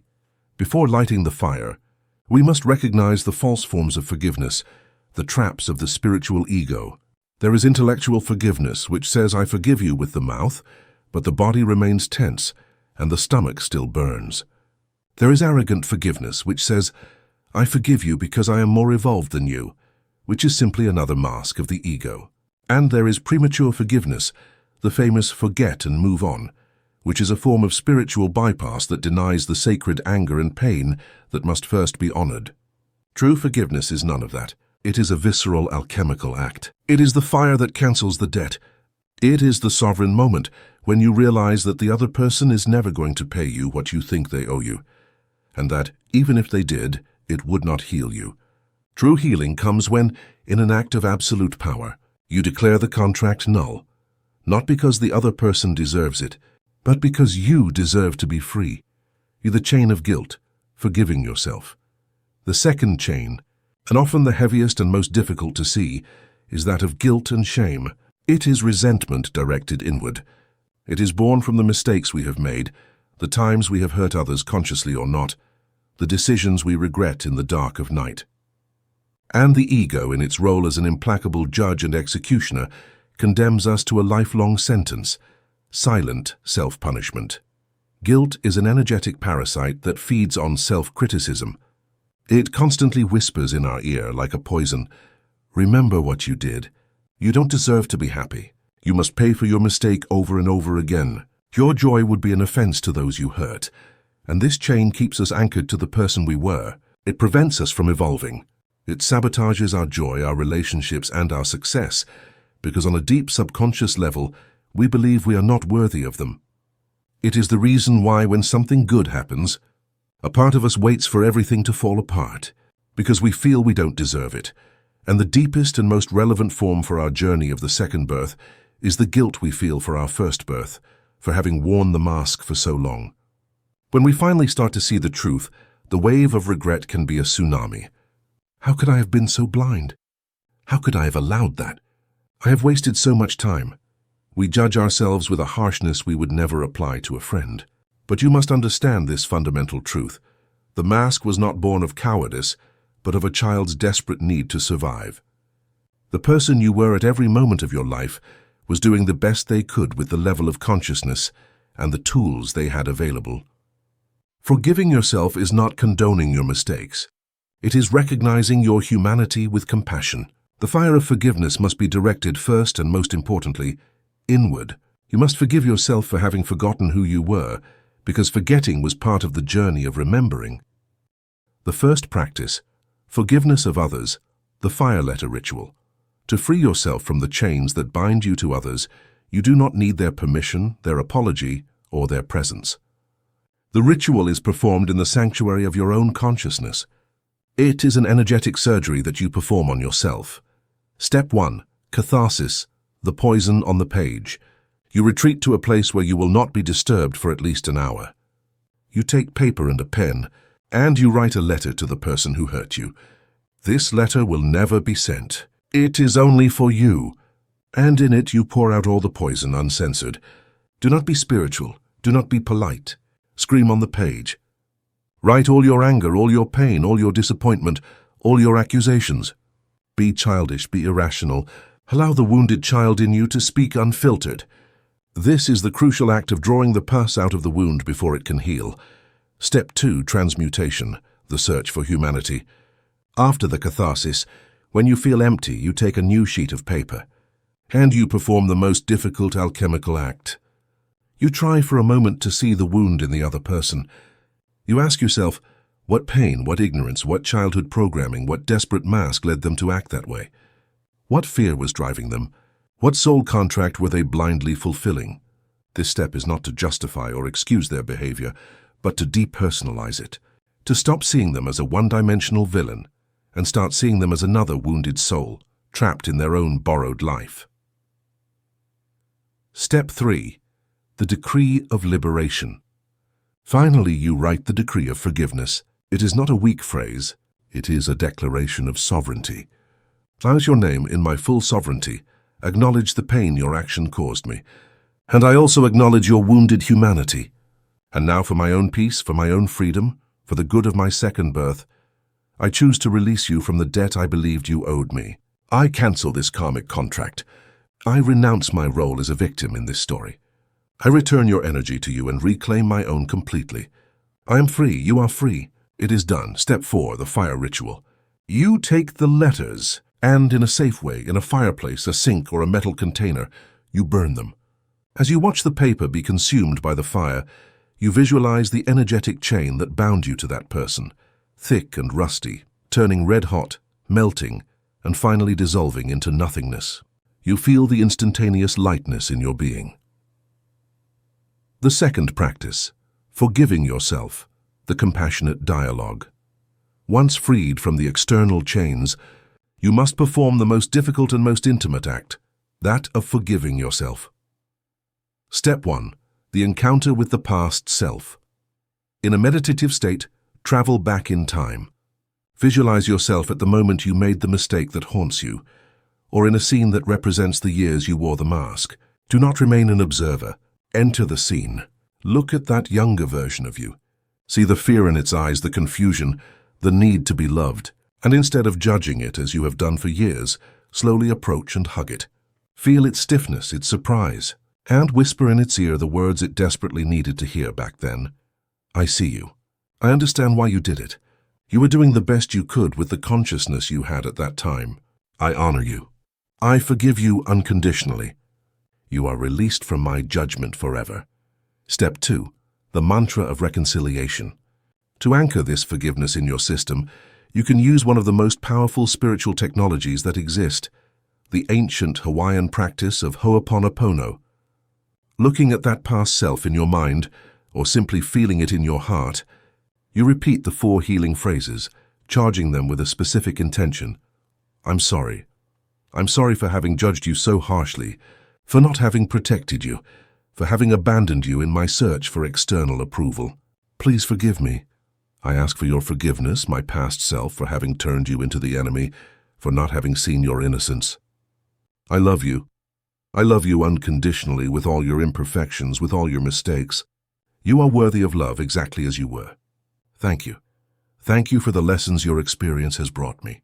Thank you for your resilience. Thank you for having kept me alive and brought me to this moment of awakening. Repeat this cycle until you feel a shift, a softness in your chest, a feeling of peace. The third practice, writing the new covenant. Once liberated from the external chains, you must perform the most difficult and most intimate act, that of forgiving yourself. Step 1. The encounter with the past self. In a meditative state, travel back in time. Visualize yourself in the moment you made the mistake that haunts you, or in a scene that represents the years you wore the mask. Look at that younger version of you, and instead of judging it as you have done for years, slowly approach and hug it. Feel its stiffness, its surprise, and whisper in its ear the words it desperately needed to hear back then. I see you. I understand why you did it. You were doing the best you could. I honor you. I forgive you unconditionally. You are released from my judgment forever. Step 2, the mantra of reconciliation. To anchor this forgiveness in your system, you can use one of the most powerful spiritual technologies that exist, the ancient Hawaiian practice of Ho'oponopono. Looking at that past self in your mind, or simply feeling it in your heart, you repeat the 4 healing phrases. I'm sorry. Please forgive me. I love you. Thank you. Step 3, the new covenant. On a new clean page of your journal, right at the top, my declaration of personal sovereignty. This is your new foundational document. Write your new covenant, your new constitution. It must be in the first person, in the present tense, and in a powerful language. Read it aloud, sign it. Date it today, the first day of your new life. The invisible chains, those forged in the love and fear of a child, have dissolved in the light of your consciousness. The old contract, written in the invisible ink of fear, has been ceremonially annulled. And in its place you have signed a new covenant, written in the golden ink of your adult sovereignty. The fire of forgiveness has burned away the chains. The past is no longer a prison that holds you back. It is a library of lessons you have integrated. You are no longer a prisoner of your history. You are the alchemist who has learned to transmute his scars into light. The old self, freed from its karmic anchors, can finally begin to die in peace, leaving the space clear for the rebirth that is coming. Chapter 6. The fertile void, the space between lives. The ego, the mask we have worn, is a survival machine, and its main survival strategy is control through knowledge. It is a compulsive cartographer, desperately needing a map for the territory of life. It needs to know who it is, where it comes from, and above all, where it is going. Its identity is built as a mosaic of certainties, labels, roles, plans, and beliefs. The experience of the fertile void is the supreme terror for the ego, because it is the annihilation of the map. It is the moment when the territory you thought you knew dissolves beneath your feet, and the map you held in your hands turns to ashes. It is the moment when your old identity has dissolved. You are no longer the lawyer, the self-sacrificing mother, the pleaser, the victim. Those labels, which were once your armor and your definition, now feel hollow, like a distant echo of a life that is no longer yours. Your old belief system has collapsed. The truths that once gave you security and a sense of order, about success, about love, about God, about life, now seem like the fragile constructions of a child. And most importantly, you have no new identity or new map to replace them. This is the state of not knowing. It is limbo, the chrysalis, the no man's land between two worlds. It is the sacred moment, when the caterpillar has completely dissolved into a primordial soup of cells, but the iridescent wings of the butterfly have not yet begun to form. And it is, without a doubt, one of the most uncomfortable and radically terrifying states a human being can experience. The logical mind, deprived of its certainties, panics. It screams, searching for an answer, a direction, a new label to cling to like a castaway to a piece of wood. The pressure, both internal from your own frightened ego, and external from a society that demands definitions, to know what you're going to do with your life now is immense. The anatomy of the liminal space, this space between lives, this sacred passage, has very definite characteristics. If you recognize them, you can stop thinking you are going crazy and start to understand that you are in the midst of a profound initiation. The loss of interest, the great thaw. The activities, hobbies, ambitions, and often people that once filled your life suddenly lose their color. The world, which was once in technicolor, now seems to be in grayscale. It feels empty, irrelevant, like an echo of a foreign language. It is not depression in the clinical sense. It is an energetic detachment. Your soul is telling you that you no longer resonate with that frequency. Your spiritual palate is being refined, and the energetic junk food that once satisfied you now seems tasteless. A feeling of unreality, the veil of transition. You often feel as if you are floating, as if you are seeing the world through a veil, or from behind glass. You feel deeply disconnected from the dramas and ambitions of normal life. You hear people worrying about things that seem trivial to you, and you feel like a stranger in your own life, an actor who has forgotten his lines and no longer believes in the play. This is a sign that you are shifting your dimension of consciousness, withdrawing from the plane of the ego's reality to inhabit the timeless space of the soul. The temptation to fill the void. The siren song of false certainty. This, is the biggest and most subtle test of this stage. The ego, terrified by emptiness and not knowing, will try by all means to sabotage your gestation by filling the womb prematurely. It will tempt you with the siren song of false certainty. It may manifest as an ex-partner who suddenly returns, offering you the comfort of the familiar. It may be a safe job offer that is an exact replica of your old prison. It may be a new dogma or a charismatic guru who offers you a prefabricated belief system so you don't have to do the arduous work of finding your own truth. But the initiate in the second birth has learned to recognize the voice of fear. He knows that to succumb to this temptation is to abort the process. He knows that the void is not an absence to be filled. It is a sacred womb that must be protected at all costs. The void as a womb, the sacred gestation, and here we come to the jewel of forbidden knowledge. Our culture, obsessed with action and productivity, sees the void as a failure, a state of lack, a waste of time. But ancient wisdom and quantum physics tell us the opposite. The void is not empty. It is the field of pure potentiality. It is the womb of the cosmos, the fertile darkness from which all things are born. It is the silence from which your new, most authentic song will be born. It is the fallow land that, in its apparent inactivity, is silently accumulating the nutrients for the next and most magnificent harvest. It is in this space of not knowing, when you have completely let go of the ego's control, that your soul, your true self, finally has the space and silence to speak.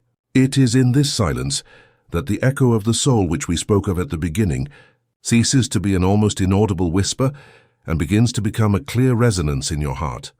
The fertile void is the gestation period of your new self, and like any gestation, it has its own sacred laws. It requires time, it requires darkness, it requires trust, and above all, it requires non-interference. You cannot force a baby to be born prematurely. You cannot open the chrysalis with your fingers to help the butterfly. To do so would be an act of violence that would kill it. Any attempt to fill the void with a premature identity, with a plan born of the ego's panic, is like trying to glue paper wings onto a caterpillar. The result is not a butterfly, but a monstrosity, a slightly modified version of your old self that will keep you trapped in the same cycle of dissatisfaction. The work of this stage is not to build, but to protect the sacred space in which something new and unimaginable is being built for you, from within. The first practice, the art of being still, the mastery of sovereign non-doing. The ego, in its panic, believes that the solution to not knowing is to do more, read more books, take more courses, ask for more opinions, seek more answers outside of itself. It tries to think its way out of uncertainty. The soul knows that the only way to navigate the void is to become the void. Your practice is not one of action, but of conscious, deliberate non-doing. Radical surrender. This is the moment to apply, on a deeper level, the declaration of surrender you made in the dark night. You stop trying to solve your life as if it were a mathematical problem. You let go for a time of all your goals, all your 5-year plans, all your to-do lists. You accept, with a courage that terrifies the ego, the state of not knowing. Say aloud, "My security does not reside in my plans, but in my ability to be present with the unknown." This is not an act of defeat. It is an act of supreme intelligence. You are creating the space for a wisdom infinitely greater than that of your logical mind to emerge and guide you. The sacred pause, creating an external void. If possible, this is the time to create a literal void in your external life that reflects the internal void. It's about creating a field of silence, drastically reduce your social commitments, implement an information diet, limit news, social media, and superficial conversations. Perform a fast from opinions. Stop asking everyone what you should do with your life. Simplify your existence to the essentials. You are giving your soul the space and silence it needs to perform its delicate work of rewiring. The second practice, the body anchor, returning to the only real place. In the complete disorientation of not knowing, when the mind has no map to cling to, the initiate finds his anchor, his north, in the only place that is always present, always real, his body. The mind is lost in time, regretting the past and fearing the future. The body is and can only be in the now.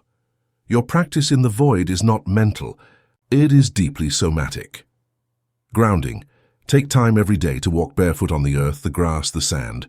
Feel the connection, the solidity of the planet under your feet. While doing so, visualize roots growing from the soles of your feet and sinking deeply into the earth, drawing up its calm, stable, and nourishing energy.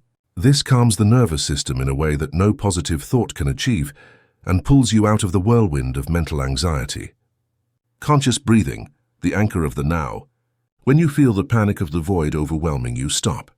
Close your eyes and focus on the simple physical sensation of your breath entering and leaving your body. Breath does not worry about the future or lament the past. It only knows the now, and in the now you are safe. You can use a simple technique.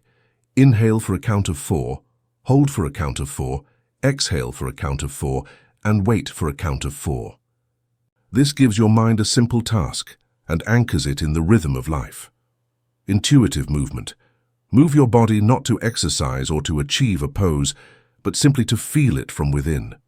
Put on music and dance as if no one were watching. Stretch slowly, feeling every muscle.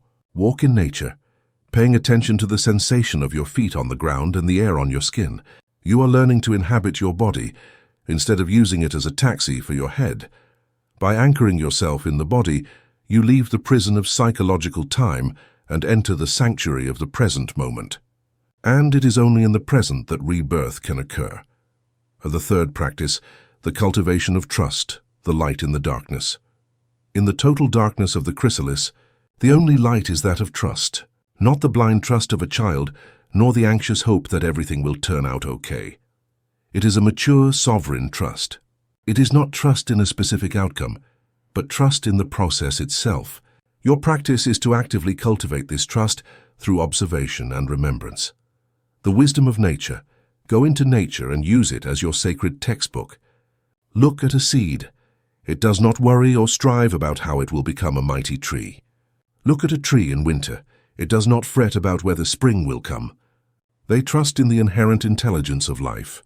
Your practice is to cultivate that same trust in your own process of transformation. You remind yourself over and over that the same intelligence that spins galaxies, that guides the migration of birds, and that makes flowers blossom, is operating within you right now. The Journal of Whispers. You take your journal, and instead of trying to plan or understand your future, you simply use it as a net to catch butterflies. You write down the small whispers, the echoes of the soul that begin to emerge from the silence, a new curiosity that appears out of nowhere, a vivid dream that feels meaningful, a strange synchronicity in your day, a book that falls off a shelf, a word someone says that resonates in your heart. You don't try to interpret everything. You simply become a collector of these divine breadcrumbs, learning to read the map of the soul, which is drawn in the subtle language of intuition, not logic. The fertile void has been navigated. The darkness of the chrysalis has served its sacred function. You have learned the art of being still, of trusting in not knowing, of finding your anchor in being, and of waiting with a powerful, sovereign patience. And then one day, at the perfect moment, not a second too early or a second too late, when the gestation is over, you will feel something new. It will not be a thought. It will be a movement, an impulse that is born from the deepest part of your being, a clarity that does not arise from analysis, but from a serene certainty. It is the current of your purpose's river that begins to flow again, and you, like a newly built ship, are finally ready to weigh anchor and sail. Chapter 7. The Echo of the Soul, the Beginning of the Second Birth. You have died. You have gone through the dark night. You have walked through the fire of forgiveness, and you have had the courage to remain in the sacred silence of the fertile void. You have allowed everything you were not to dissolve, and now in the stillness that follows the storm, something new is beginning to emerge. It is not a loud sound. It is not a blinding revelation. It is a subtle pulse, a barely perceptible resonance. It is the echo of what has always been there. It is the echo of your soul. The echo of the soul is the name we give to the voice of your true self, to the intelligence of your heart, to your intuition. This voice is not new. It is not something you must acquire or build. It has been whispering to you since the day you were born, in every moment of your life. It is the underground current of wisdom that has always flowed beneath the surface of your consciousness. The problem is that, during your first birth, its whisper was drowned out by a deafening cacophony. It was drowned out by the noise of your family and cultural programming, by the shouts of soul contracts that demanded your loyalty to limitation, and by the incessant anxious and self-critical monologue of the ego's mask. You lived in an inner city so noisy that it was impossible to perceive the subtle music of the soul. But now you have done the work of purification. You have demolished the noisy structures. You have created a void, a space of inner silence. And in this new silence, like someone who for the first time hears birdsong at dawn after having always lived next to a factory, you can begin to perceive the signal that has always been there. This is the true beginning of your second birth. It is not a dramatic event with fanfares, but the slow, gradual, and miraculous awakening to a new way of navigation. It is the moment when you stop being guided by the obsolete, fear-stained maps of your logical mind and start being guided by the living, infallible, and ever-present compass of your own heart. The anatomy of the soul's voice. To be able to trust this new guide, you must first learn to recognize it. You must become an expert in its language, its nuances, its texture. You must learn to differentiate the echo of your soul from the shout of your conditioned ego. Although they may seem confusing at first, the voice of the soul and the voice of the ego have energetic signatures as distinct as day and night. The voice of the soul has three unmistakable signatures. It is silent, not noisy, the frequency distinction. The ego, born of fear and the need for control, always shouts. Its language is that of urgency, panic, drama, and pressure. The voice of fear is noisy, repetitive, and often catastrophic, presenting you with the worst possible scenarios in an endless loop. The voice of the inner critic is shrill, accusatory, and full of shoulds and nevers. These are thoughts with a jagged, anxious texture that generate static in your energy field. The voice of the soul, on the other hand, whispers. Intuition is not an obsessive thought that hammers at your head. It is a silent knowing. It is a flash of clarity that appears in a moment of stillness, often when you are not looking for it, in the shower, walking in nature, just upon waking. It does not argue, it does not debate, it does not try to convince you with a list of pros and cons. It simply presents its truth with an absolute calm, simplicity, and certainty, and then withdraws into silence. It feels like a memory of a future you already know. The initiate in the second birth learns to distrust the noisiest and most dramatic voices in his mind, recognizing them as the echo of the old programming. And instead, he learns to give his sacred attention to the most silent voice, to the whisper that lies beneath the noise. It is expansive, not contractive, the somatic distinction. The second signature is perhaps the most important because it cannot be faked. It is felt in the body. The ego's voice, being born of survival fear, always produces a feeling of contraction in your physical system. Fear, obligation, guilt, should. All are energetically contractive. Pause for a moment. Think of a decision you made purely out of obligation or fear of disappointing someone. How does it feel in your body, even now as you remember it? Feel the subtle heaviness, the knot in your stomach, the tension in your shoulders or jaw, the feeling that your energy is shrinking. That is the signature of contraction. That is your body saying no. Now think of something that gives you simple joy, a genuine curiosity, even if it seems insignificant. The thought of learning a new language, of visiting a place that has always called to you, of spending time with a person who makes you feel seen. Feel your body now. Do you perceive a lightness, an opening in your chest, a smile that forms for no reason, a wave of energy, sometimes even the goosebumps that are the physical confirmation of a spiritual truth? That is the signature of expansion. That is your body saying yes. Your body is the compass. It is the infallible oracle. Contraction means this is not aligned with my truth. Expansion means this is the way. It is often illogical, not rational, the origin distinction. The ego's logical mind operates like a computer. Its database is composed exclusively of your past experiences, your fears, your failures, and those of your tribe. Its main objective is survival and security, which means it will always favor the known and the predictable. Therefore, its advice will always be practical, sensible, realistic, and based on what it already knows. The soul's mind, on the other hand, is not limited by the data of the past. It operates from a quantum holographic perspective. It does not see time in a linear way. It sees the network of potentialities, the path of synchronicity, the path of least resistance of the soul that often seems like an absurd detour to the logical mind. Its objective is not survival. It is the expansion and full expression of your being. Therefore, the guidance of your intuition will often seem completely illogical, irrational, and even irresponsible to your rational mind. It may whisper to you to leave your safe and practical career as a lawyer, which has cost you years of effort, to follow a creative calling like gardening, which has no guarantee of financial success. It may impulse you to have a radically honest and vulnerable conversation with a family member with whom your ego would prefer to maintain a safe, courteous distance. It may guide you to move to a small coastal town for no apparent logical reason, far from all your connections and your safety net. This is the great test of the initiate. Will you trust the familiar logic of your mask or the illogical whisper of your soul? Imagine that person we talked about, who after his dark night finds himself in the void. His logical mind, his ego, shouts to him with the voice of panic, "You have to find a job fast." Any job. Check the listings, update your resume. You need security. You need to pay the bills. Be realistic. This voice is noisy. It produces a deep contraction in his body, and it is apparently very rational. But one day, in a moment of silence while washing the dishes, he hears a whisper, a strange, persistent, and almost childlike idea of signing up for a pottery class at the community center. The idea is completely illogical. It won't give him money. It's not productive. It's a useless whim given his situation. His logical mind immediately dismisses it as stupid, but he cannot ignore the second signature. Upon thinking about it, he feels an unmistakable and warm sensation of expansion in his chest, a spark of childlike joy he hasn't felt in years. The initiate in the second birth has learned to recognize these signatures. He thanks the voice of fear for its attempt to protect him, like an old soldier who doesn't know the war is over.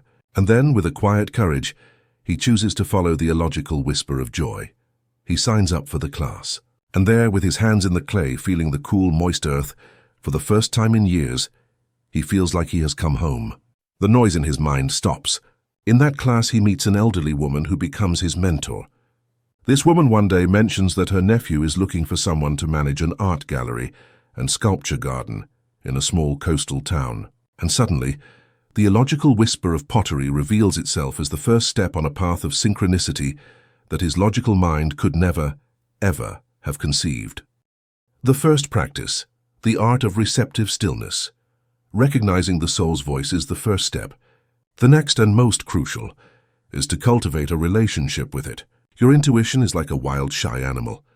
If you approach it with noise, demands, and skepticism, it will hide. But if you approach it with patience, silence, and trust, it will slowly come closer and eat from your hand.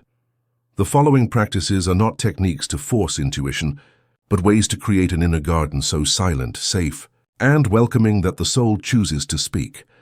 The philosopher knows that the universe whispers its instructions. It does not shout them. His first practice is not to seek intuition, but to cultivate receptivity. Meditation as listening.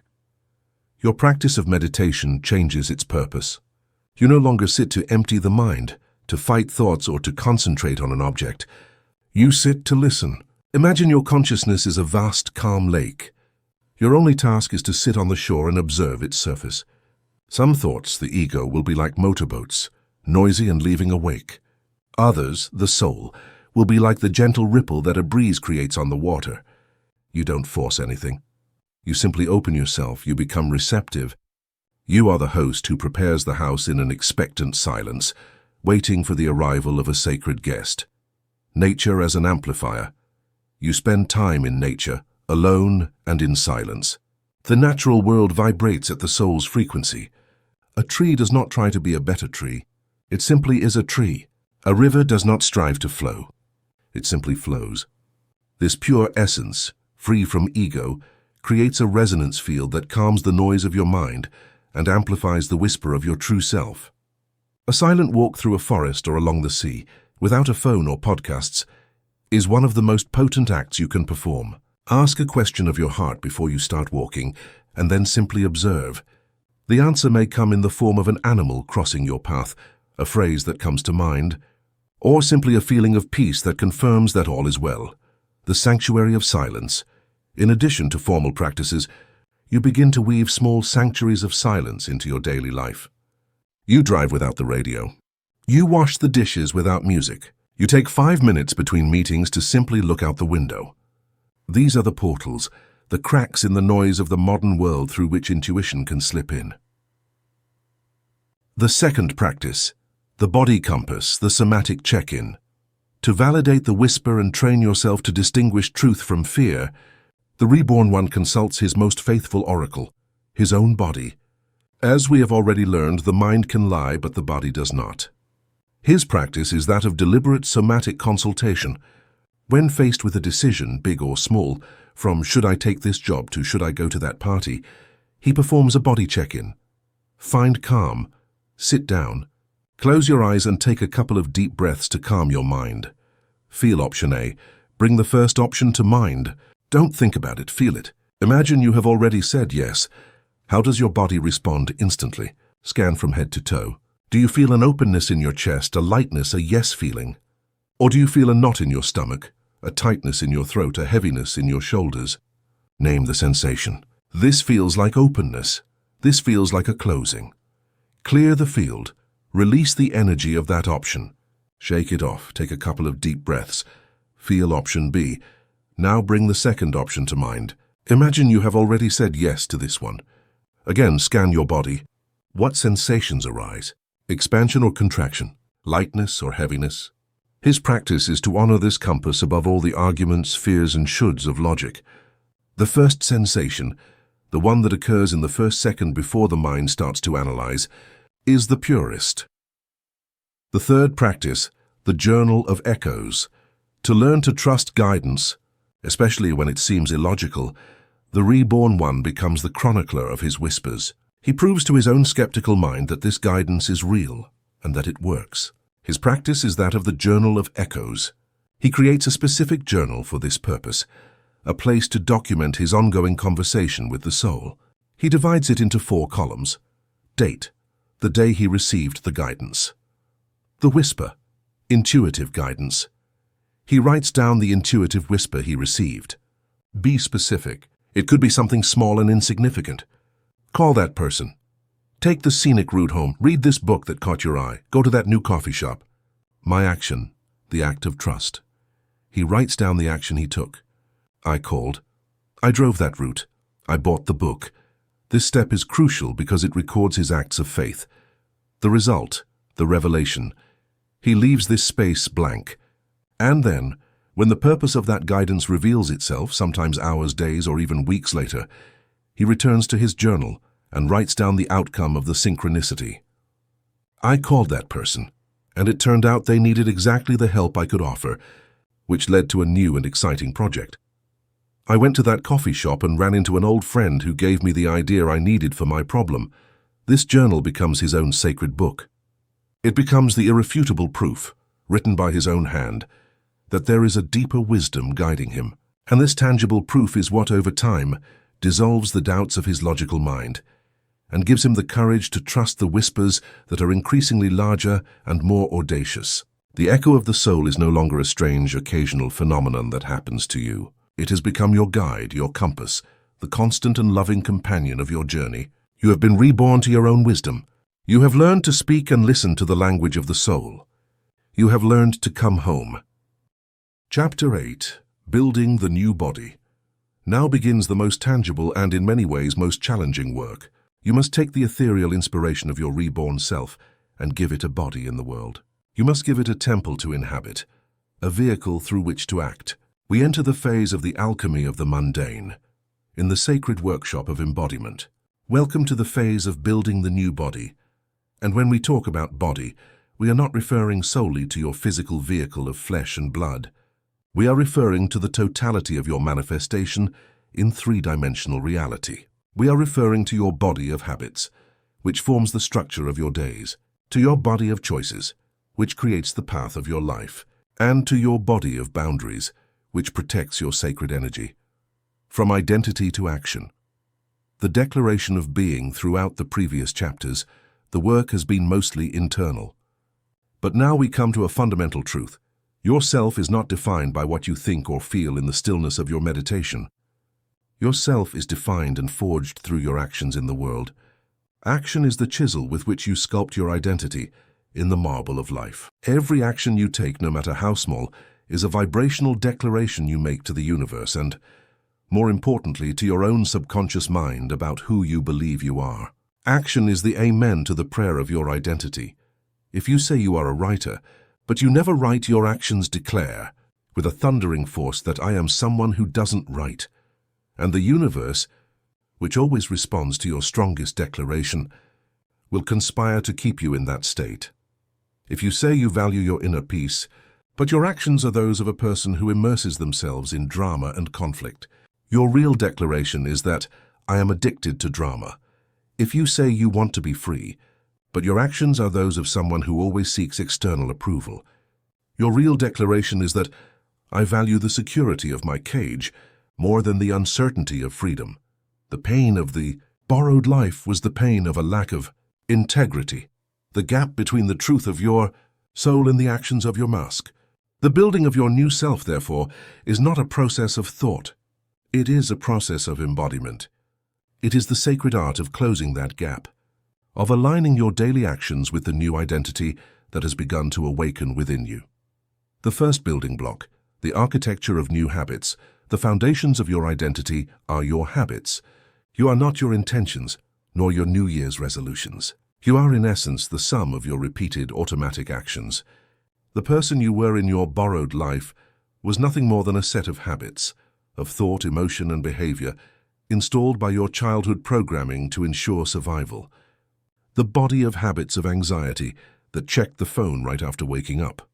The body of habits of scarcity that panicked at the sight of a bank account. The body of habits of the pleaser that said yes automatically. To become your new self, you must, consciously and deliberately like a master architect, design and install the operating system of habits that corresponds to that new identity. The law of reversal of habit creation, the ego, in its addiction to effort and drama, approaches habit creation with brute force. On January 1st, it declares with great fanfare, starting today, I will go to the gym for 2 hours a day, meditate for 1 hour, write 1,000 words, and give up sugar forever. And a week later, exhausted, sore, and feeling like a failure, it has given up everything and returned to its old patterns, with the reinforced belief that change is impossible. The law of reversal teaches us a wiser, more subtle, and infinitely more powerful path. The soul does not build with force, but with consistency. It does not use a jackhammer, but the constant dripping of water that eventually carves the rock. The practice of the builder of the new self is not one of Herculean leaps, but of silent micro-habits.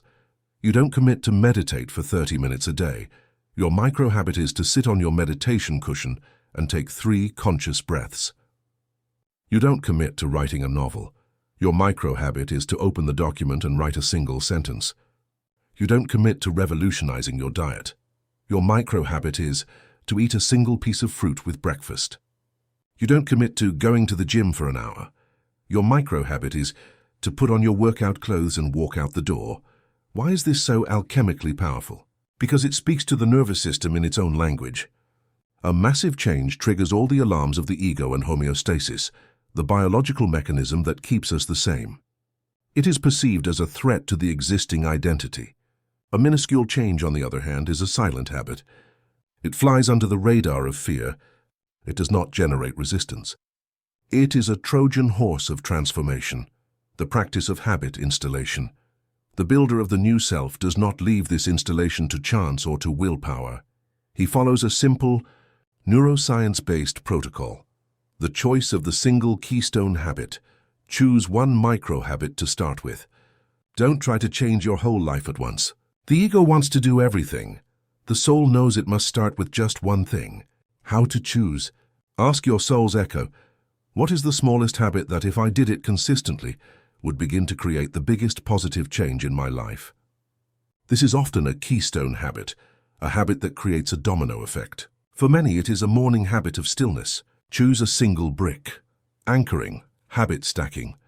The most effective way to install a new habit is to anchor it to an existing, solidly established habit.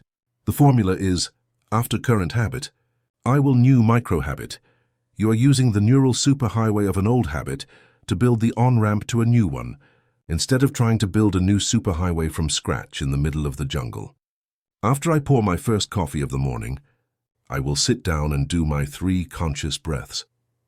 After I take off my shoes when I get home, I will put on my workout clothes. After dinner, I will open my journal and write 1 sentence about something I am grateful for. Immediate celebration. This is the step that most people skip, and it is the most important. Immediately after completing your micro-habit, you celebrate it. You do a small victory gesture, a fist pump. You smile at yourself in the mirror. You say aloud, "Well done," or "I did it." This is not a childish act. It is an act of high-level neurochemistry. You are releasing a small dose of dopamine, the reward neurotransmitter. You are creating a positive feedback loop in your brain that trains it to associate that new behavior with pleasure. You are hacking your own reward chemistry to work in favor of your soul, not your old addictions. Imagine a person whose soul's echo has whispered that their purpose is to be an embodiment of peace and presence in the world. Their old body of habits is one of anxiety, checking news and emails on their phone right after waking, rushing from one task to another in a state of urgency, living permanently in their head, planning and worrying. To build their new body of peace, they choose a single micro-habit. After my first morning coffee, I will sit in silence without my phone for 1 minute. They anchor it to their coffee habit, which is already solid. They do it on the first day. 1 minute. It's ridiculously easy. And when they finish, they pat themselves on the back and say, "Well done." The next day, they repeat it. After a week, that minute of silence feels natural and pleasant. After a month, they effortlessly expand that minute to 5. 6 months later, a 20-minute morning meditation practice is as natural a part of their identity as coffee. They have not struggled. They have not used willpower. They have been a patient gardener. They have laid 1 brick and then another, and over time they have built the fundamental pillar of a new temple. If your habits are the foundations and pillars of your new temple, the predictable structure that gives it solidity, your choices are the walls, windows and doors that you build moment by moment throughout the day. The second building block, the dance of conscious choices. Every choice you make, from the most trivial to the most momentous, is a vote. It is a vote for your old imprisoned self or for the sovereign self you are becoming. There are no neutral choices. The person in your borrowed life made 95% of their decisions on autopilot, based on fear, on the need for approval, or on the unconscious programming of their childhood. The person of your second birth learns to make decisions from a new place, from alignment with their soul's echo, by consulting the compass of their body. Your practice is that of the conscious choice, and it is performed in the sacred space you learn to create between stimulus and response. We will call this space the sovereign pause. It is a microsecond that changes everything. At every crossroads of the day, faced with every stimulus, instead of reacting from habit, you pause. You create a space, and in that sacred space you do not ask your logical mind what is safest, or what am I supposed to do. Instead, you consult your inner compass, your somatic oracle. You put a hand on your heart or your stomach and you ask yourself, what choice honors the person I choose to become? What path feels more expansive, more aligned with my deepest truth? When choosing what to eat, you take the sovereign pause. The old habit screams for sugar or processed food to numb an emotion, but you consult your compass, and you choose the food that honors a body you love and respect, not one you use as an emotional garbage can. It is a vote for vitality. When choosing how to respond to criticism, you take the sovereign pause. The reactivity of your old self's wound wants to jump to its own defense, to attack, to justify itself. But you consult your compass, and you choose the response that honors a being who is sovereign and at peace, perhaps silence, perhaps a simple thank you for your perspective. It is a vote for inner peace. When choosing how to invest your time and attention tonight, you take the sovereign pause. The habit of avoidance pushes you toward easy distraction, endless scrolling on social media. But you consult your compass, and you choose the activity that nourishes your purpose, reading that book, having that deep conversation, working on that creative project. It is a vote for your soul, Every one of these conscious choices is another brick you place in the wall of your new temple. Each one is a declaration you make to the universe and to yourself about your new, true identity. The third building block, the new boundaries, the walled garden. Finally, a temple needs walls, not to isolate itself from the world in an act of fear, but to protect its sacred space from invasion and desecration. The building of your new body requires the design and conscious establishment of new boundaries. The person in your borrowed life often had weak, porous, or non-existent boundaries. Their identity was like a public park. Anyone could come in at any time, trample the flowers, leave their emotional garbage, and leave. In their desperate need to be loved and accepted, they allowed the energy, demands, expectations, and opinions of others to invade their inner kingdom unopposed. The reborn self understands that, to protect the delicate, tender sprout of his new identity, he must create a walled garden, a defined, protected space where he can grow strong without being trampled by the unconsciousness of others. Your practice is that of the sacred no.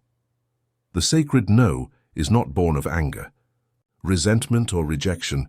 It is born of the burning yes you have given to yourself. It is the recognition of a fundamental energetic law.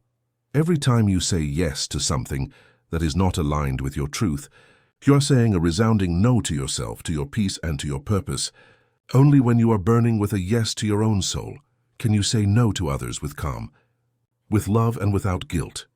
You say no to relationships and friendships that, although familiar, systematically drain your energy and keep you anchored to an old version of yourself.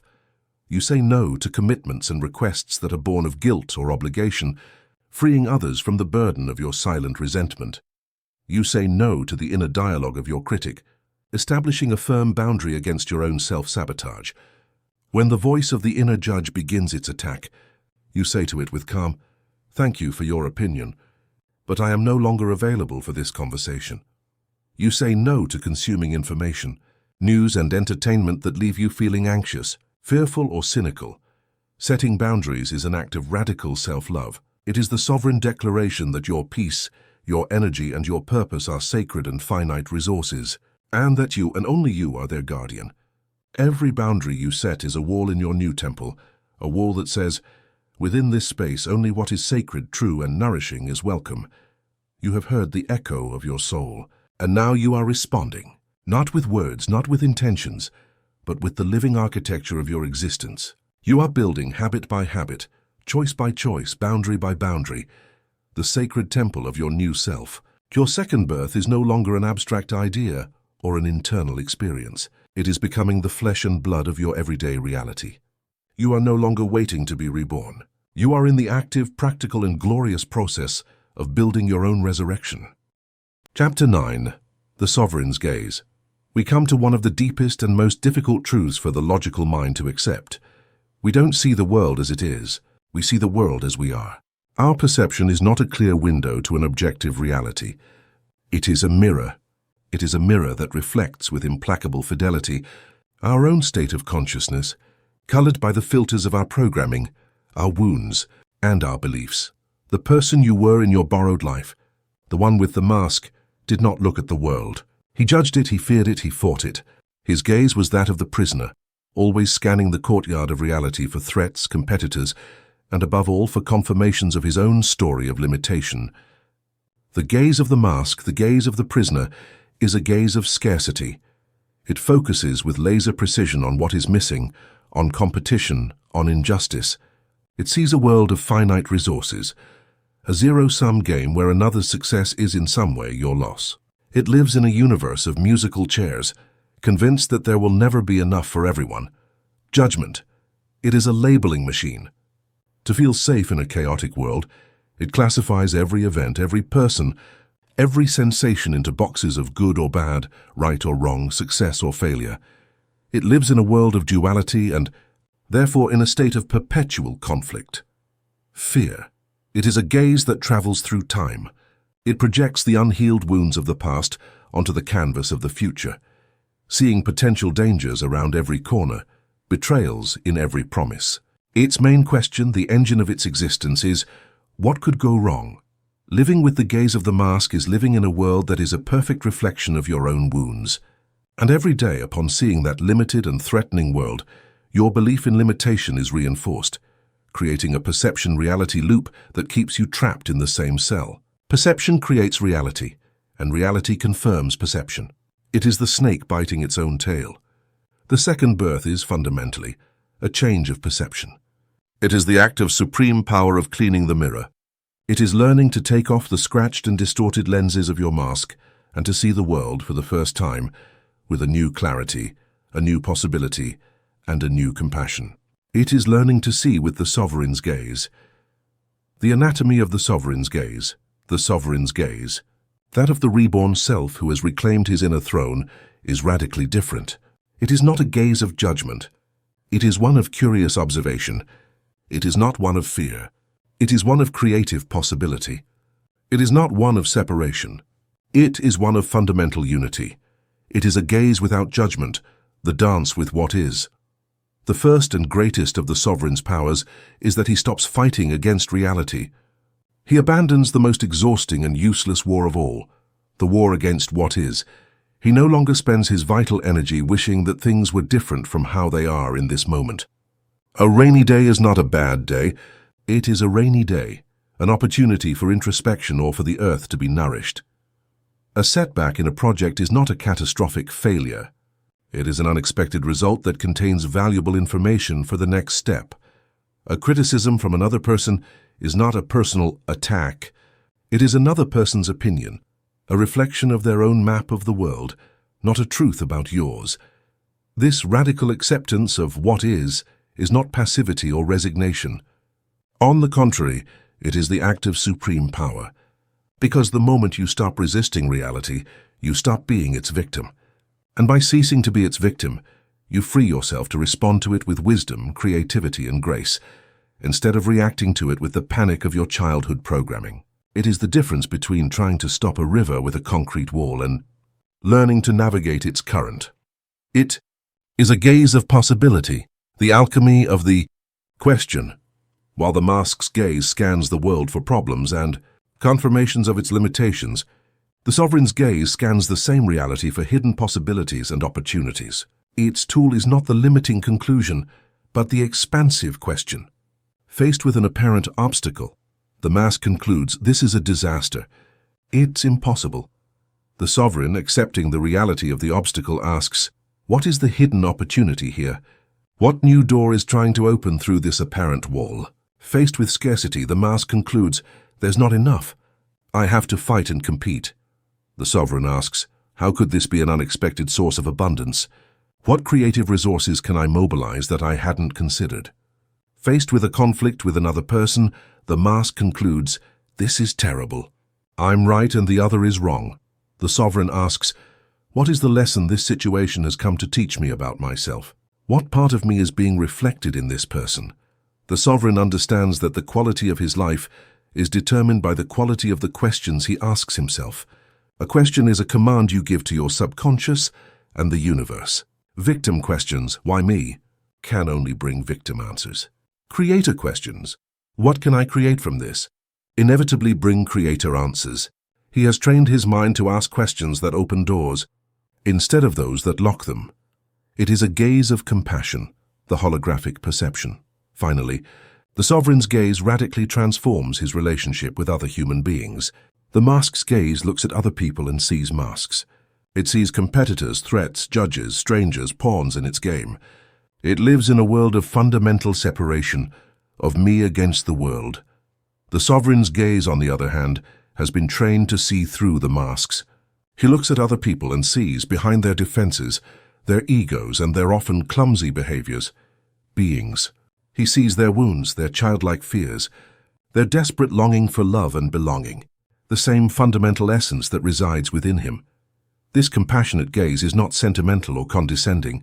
It is an act of deep recognition, a holographic perception that understands that each individual is a reflection of the whole. By seeing beyond the other's mask, he dissolves the illusion of separation. And in that space of fundamental connection, conflict becomes difficult, empathy becomes natural, and love becomes the default language. He no longer sees a difficult boss, but a frightened soul trapped in a mask of control. He no longer sees a partner who doesn't understand him, but a being dealing with his own unhealed wounds. This perception does not excuse harmful behavior, but it frees it from the burden of personal judgment, allowing for a wiser and less reactive response. The first practice, the judgment fast. Judgment is the default activity of the mask, the air it breathes. It is a mental habit so ingrained and automatic that we are often not even aware of it. The first step to dissolving it is to make it visible, to bring it out of the shadow of unconsciousness into the light of observation. Your practice is a 24-hour judgment fast. The solemn vow. The night before or in the morning upon waking, you make a solemn vow to yourself. For the next 24 hours, you commit to not verbalizing or consciously entertaining any judgment, either about yourself, about others, or about circumstances. Curious observation. You become an observer of your own mind, like a scientist looking through a microscope. Every time the habit of judgment appears, and it will hundreds of times, with thoughts like, "How stupid I am for forgetting that. What an unpleasant person. This traffic is a disaster." You simply notice it. The crucial step here is not to judge yourself for judging. That would be falling into the same trap on a higher level. You simply observe it with detached curiosity. "Ah, there's judgment. How interesting." Gentle replacement. And in that moment of awareness, in the space you have created with your observation, you gently introduce a thought of neutral acceptance. The most powerful phrase for this is, "It is what it is," or simply, "This is." Or, "I am noticing that my mind is producing a judgmental thought." You do not try to force a positive thought. You simply return to the neutral observation of reality.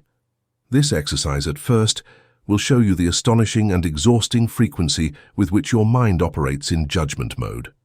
You will feel as if you are trying to stop a freight train, but the constant practice of non-reactive observation will begin to weaken that neural habit. You are stopping the feeding of the monster, and you are creating a space for a new, more peaceful and clear way of seeing to be born. The second practice, the hunt for possibility. To retrain your mind to see possibility instead of the problem, you must give it a new mission, a new search objective. Your practice is to become a possibility hunter, a seeker of hidden treasures.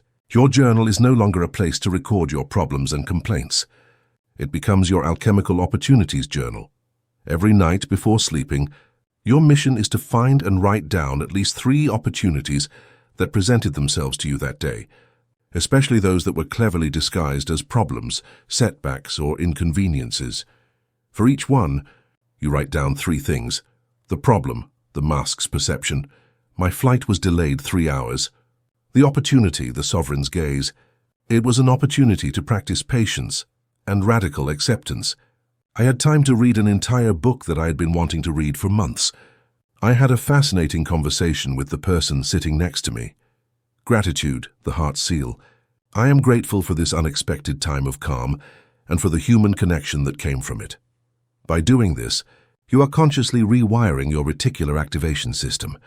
You are teaching your brain day by day to scan the world not for threats and confirmations of scarcity, but for hidden treasures, lessons, and blessings. Over time, this way of seeing ceases to be a forced practice and becomes your new, spontaneous default perception. And the third practice, looking with the heart. Finally, to cultivate the gaze of compassion, you must learn to look at others and at yourself not with the analytical, critical eyes of the mind, but with the warm, expansive eyes of the heart. Your practice is that of loving-kindness meditation, metta. Self-cultivation, sit in silence. Place a hand over your heart to anchor your attention there. Breathe into that space, and then offer yourself in silence the phrases of compassion. May I be at peace. May I be healthy and strong. May I be free from suffering. May I accept and love myself just as I am. Do not just recite the words. Try to feel the vibration of each phrase as a warm balm that extends from your heart to your entire being. Expansion. Then bring the image of a person to your mind. Start with someone you love easily, and from the same center of your heart, you offer them the same blessing. May you be at peace. May you be free from suffering. The challenge now, the real alchemical work. Bring to your mind the image of a person, with whom you have a conflict or who has hurt you. Look beyond their mask. Try to see the frightened child within them, and although it may feel artificial at first, offer them the same blessing, not because they deserve it, but because you deserve to be free from the poison of grudges. May you also be at peace. May you also be free from suffering. Universalization. Finally, you expand this feeling of compassion outward to your community, to your city, to your country, and finally, to all beings on the planet without exception. You do not do this to change the other person. You do it to change yourself. You do it to dissolve the filter of judgment and separation in your own heart and to replace it with that of compassion and connection. Because when you look at the world through the lens of compassion, the world you see is radically different, kinder, safer, and full of grace. The sovereign's gaze has been cultivated. The old filters of the mask, scarcity, judgment, fear, are dissolving in the light of your new perception. The outer world has not changed, but you have, and by changing yourself, everything has changed. You are no longer a simple spectator of your reality. You have become its conscious co-creator, and your gaze is now one of your most powerful tools. Chapter 10. The celebration of authenticity. You have descended into the darkness and reclaimed your light. You have died to the lie and been reborn to your truth. Now we arrive at the culmination of our journey, not as a final destination, but as the opening of a completely new landscape. We arrive at the fruit of your second birth, at the natural state of your recovered self. It is not a technique, not one more practice you must master. It is the final dissolution of struggle, the cessation of internal hostilities. It is the moment you leave your sword and shield on the ground, not out of defeat, but out of the understanding that the war was always an illusion. Welcome to the celebration of authenticity. At the end of the war, the tyranny of should-be, the borrowed life, the life of the mask, is ruled by an implacable tyranny, an invisible dictator that governs every thought and every action, the tyranny of should-be. It is the ghost of an unattainable ideal, a collage of your parents' expectations, your culture's standards, and your ego's comparisons. I should be more successful, like that person on social media. I should be a better parent or mother, one son, daughter, according to the manual no one ever gave me. I shouldn't feel sad, angry, scared. I should be more spiritual, strong, positive. This voice of should is the final echo of your programming, the last guardian of your prison. It is the voice of the inner judge, who constantly compares you to a yardstick that is not your own, ensuring that you never feel enough. By living under this tyranny, your life becomes an endless race to reach a standard that always moves away, a constant effort to be a version of you that is not authentic. It is the experience of running on a treadmill, sweating and exhausted, without ever getting anywhere. The second birth reaches its fullness the moment you, with total sovereignty and a deep calm, abdicate the throne of should-be and reclaim the throne of your own unique truth. The question that guides your life is no longer, what should I do to be accepted, safe, successful? It becomes a much deeper, quieter, and more powerful question.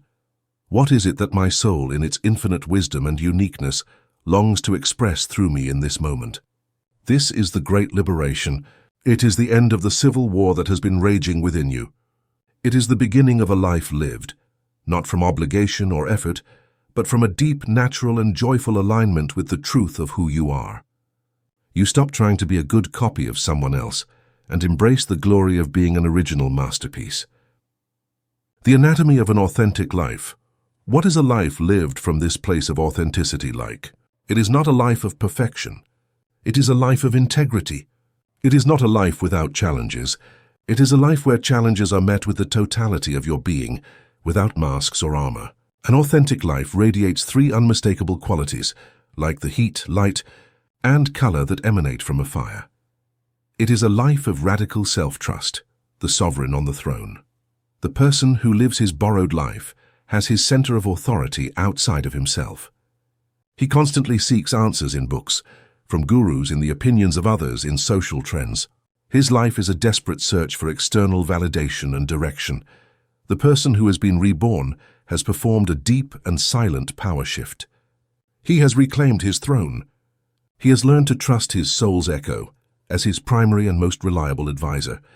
He knows that the truest guidance, the deepest wisdom, is not in any sacred text or external master, but in the silent whisper of his own intuition. This does not mean he stops learning, but that all external knowledge is now filtered through the resonance of his inner truth. He no longer seeks the approval of others, because he has found the inexhaustible spring of self-approval within himself. His worth is no longer a stock traded on the public opinion market. He is no longer afraid to make mistakes, because he sees them not as verdicts on his worth, but as valuable data on the journey of expansion. He trusts in his ability to learn, adapt, and recalibrate. His decisions are born from an inner resonance, from the compass of expansion and contraction, not from a logical calculation of what is safe or right according to the world. He has stopped being a follower and has become the sovereign source of his own wisdom. It is a life of joyful expression, purpose as play. The borrowed life is a life of doing what you are supposed to do to survive, to pay the bills, to meet expectations. The authentic life is a life of being who you have come to be, and that being inevitably manifests as expression. The person who has been reborn has unearthed the unique gifts that lay buried under the layers of programming. And his life becomes the canvas, the stage, the garden for the joyful expression of those gifts. Work ceases to be a way to earn money and becomes a way to channel his purpose, to offer his unique gift to the world. Creativity ceases to be a hobby for the weekends and becomes a necessity, like breathing. It is the natural language of his soul. His interactions cease to be a performance to earn approval and become an authentic expression of his truth, his love and his curiosity, and the compass that guides this expression is joy. As we have seen, joy is not a reward that awaits you at the end of the road. It is the signal that tells you that you are on the right path. It is the vibrational feedback from the soul that says, yes, keep going here. This is your truth. In an authentic life, the artificial distinction between work and play dissolves. Your life becomes your work of art, and your work becomes the highest expression of your sacred play. It is a life of vulnerable courage, the strength of the open heart. The mask is a suit of armor. Its main function is to protect our tender vulnerability from the world's judgment and rejection.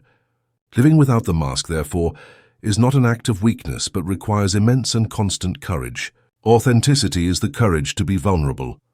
It is the courage to be real in a world that often rewards falsehood. It is the courage to say, I don't know, in a world that idolizes false certainty and instant opinion. Say, I made a mistake and I'm sorry, in a world that punishes error and mistakes an apology for weakness. Say, I love you first, without the guarantee of reciprocity, offering the heart as a gift and not as a bargaining chip. Say, I need help, admitting one's own humanity and allowing others to experience the joy of giving. Show your scars, not as a sign that you are broken, but as a map of your resilience, as proof that you have lived and have healed. To be, in short, imperfectly human in a world that demands we be inhumanly perfect.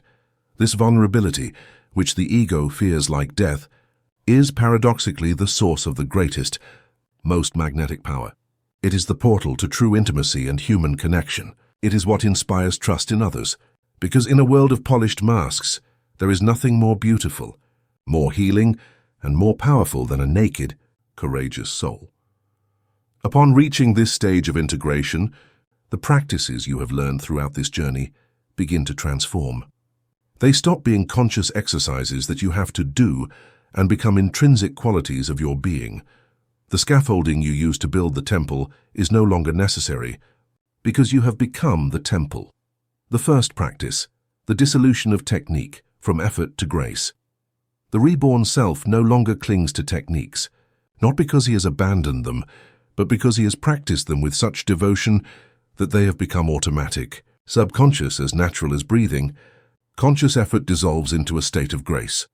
He no longer needs to practice meditation to find silence. Silence has become his benchmark state, the ever-present sky behind the passing clouds of mental activity. His entire life becomes a moving meditation. He no longer needs to repeat power affirmations to convince himself of his worth. His inner dialogue, by habit and by repeated conscious choice, has become a natural flow of self-respect, compassion, and possibility. His very existence is the affirmation. He no longer needs to force a feeling of gratitude by writing lists. His heart, having been trained in coherence and freed from the chains of resentment, naturally resides in a state of awe and appreciation for the simple, overwhelming miracle of existence. It's like learning to play an instrument. At first, every note requires conscious effort, a technique. But with years of devoted practice, the musician forgets the technique. His fingers dance on the strings by themselves.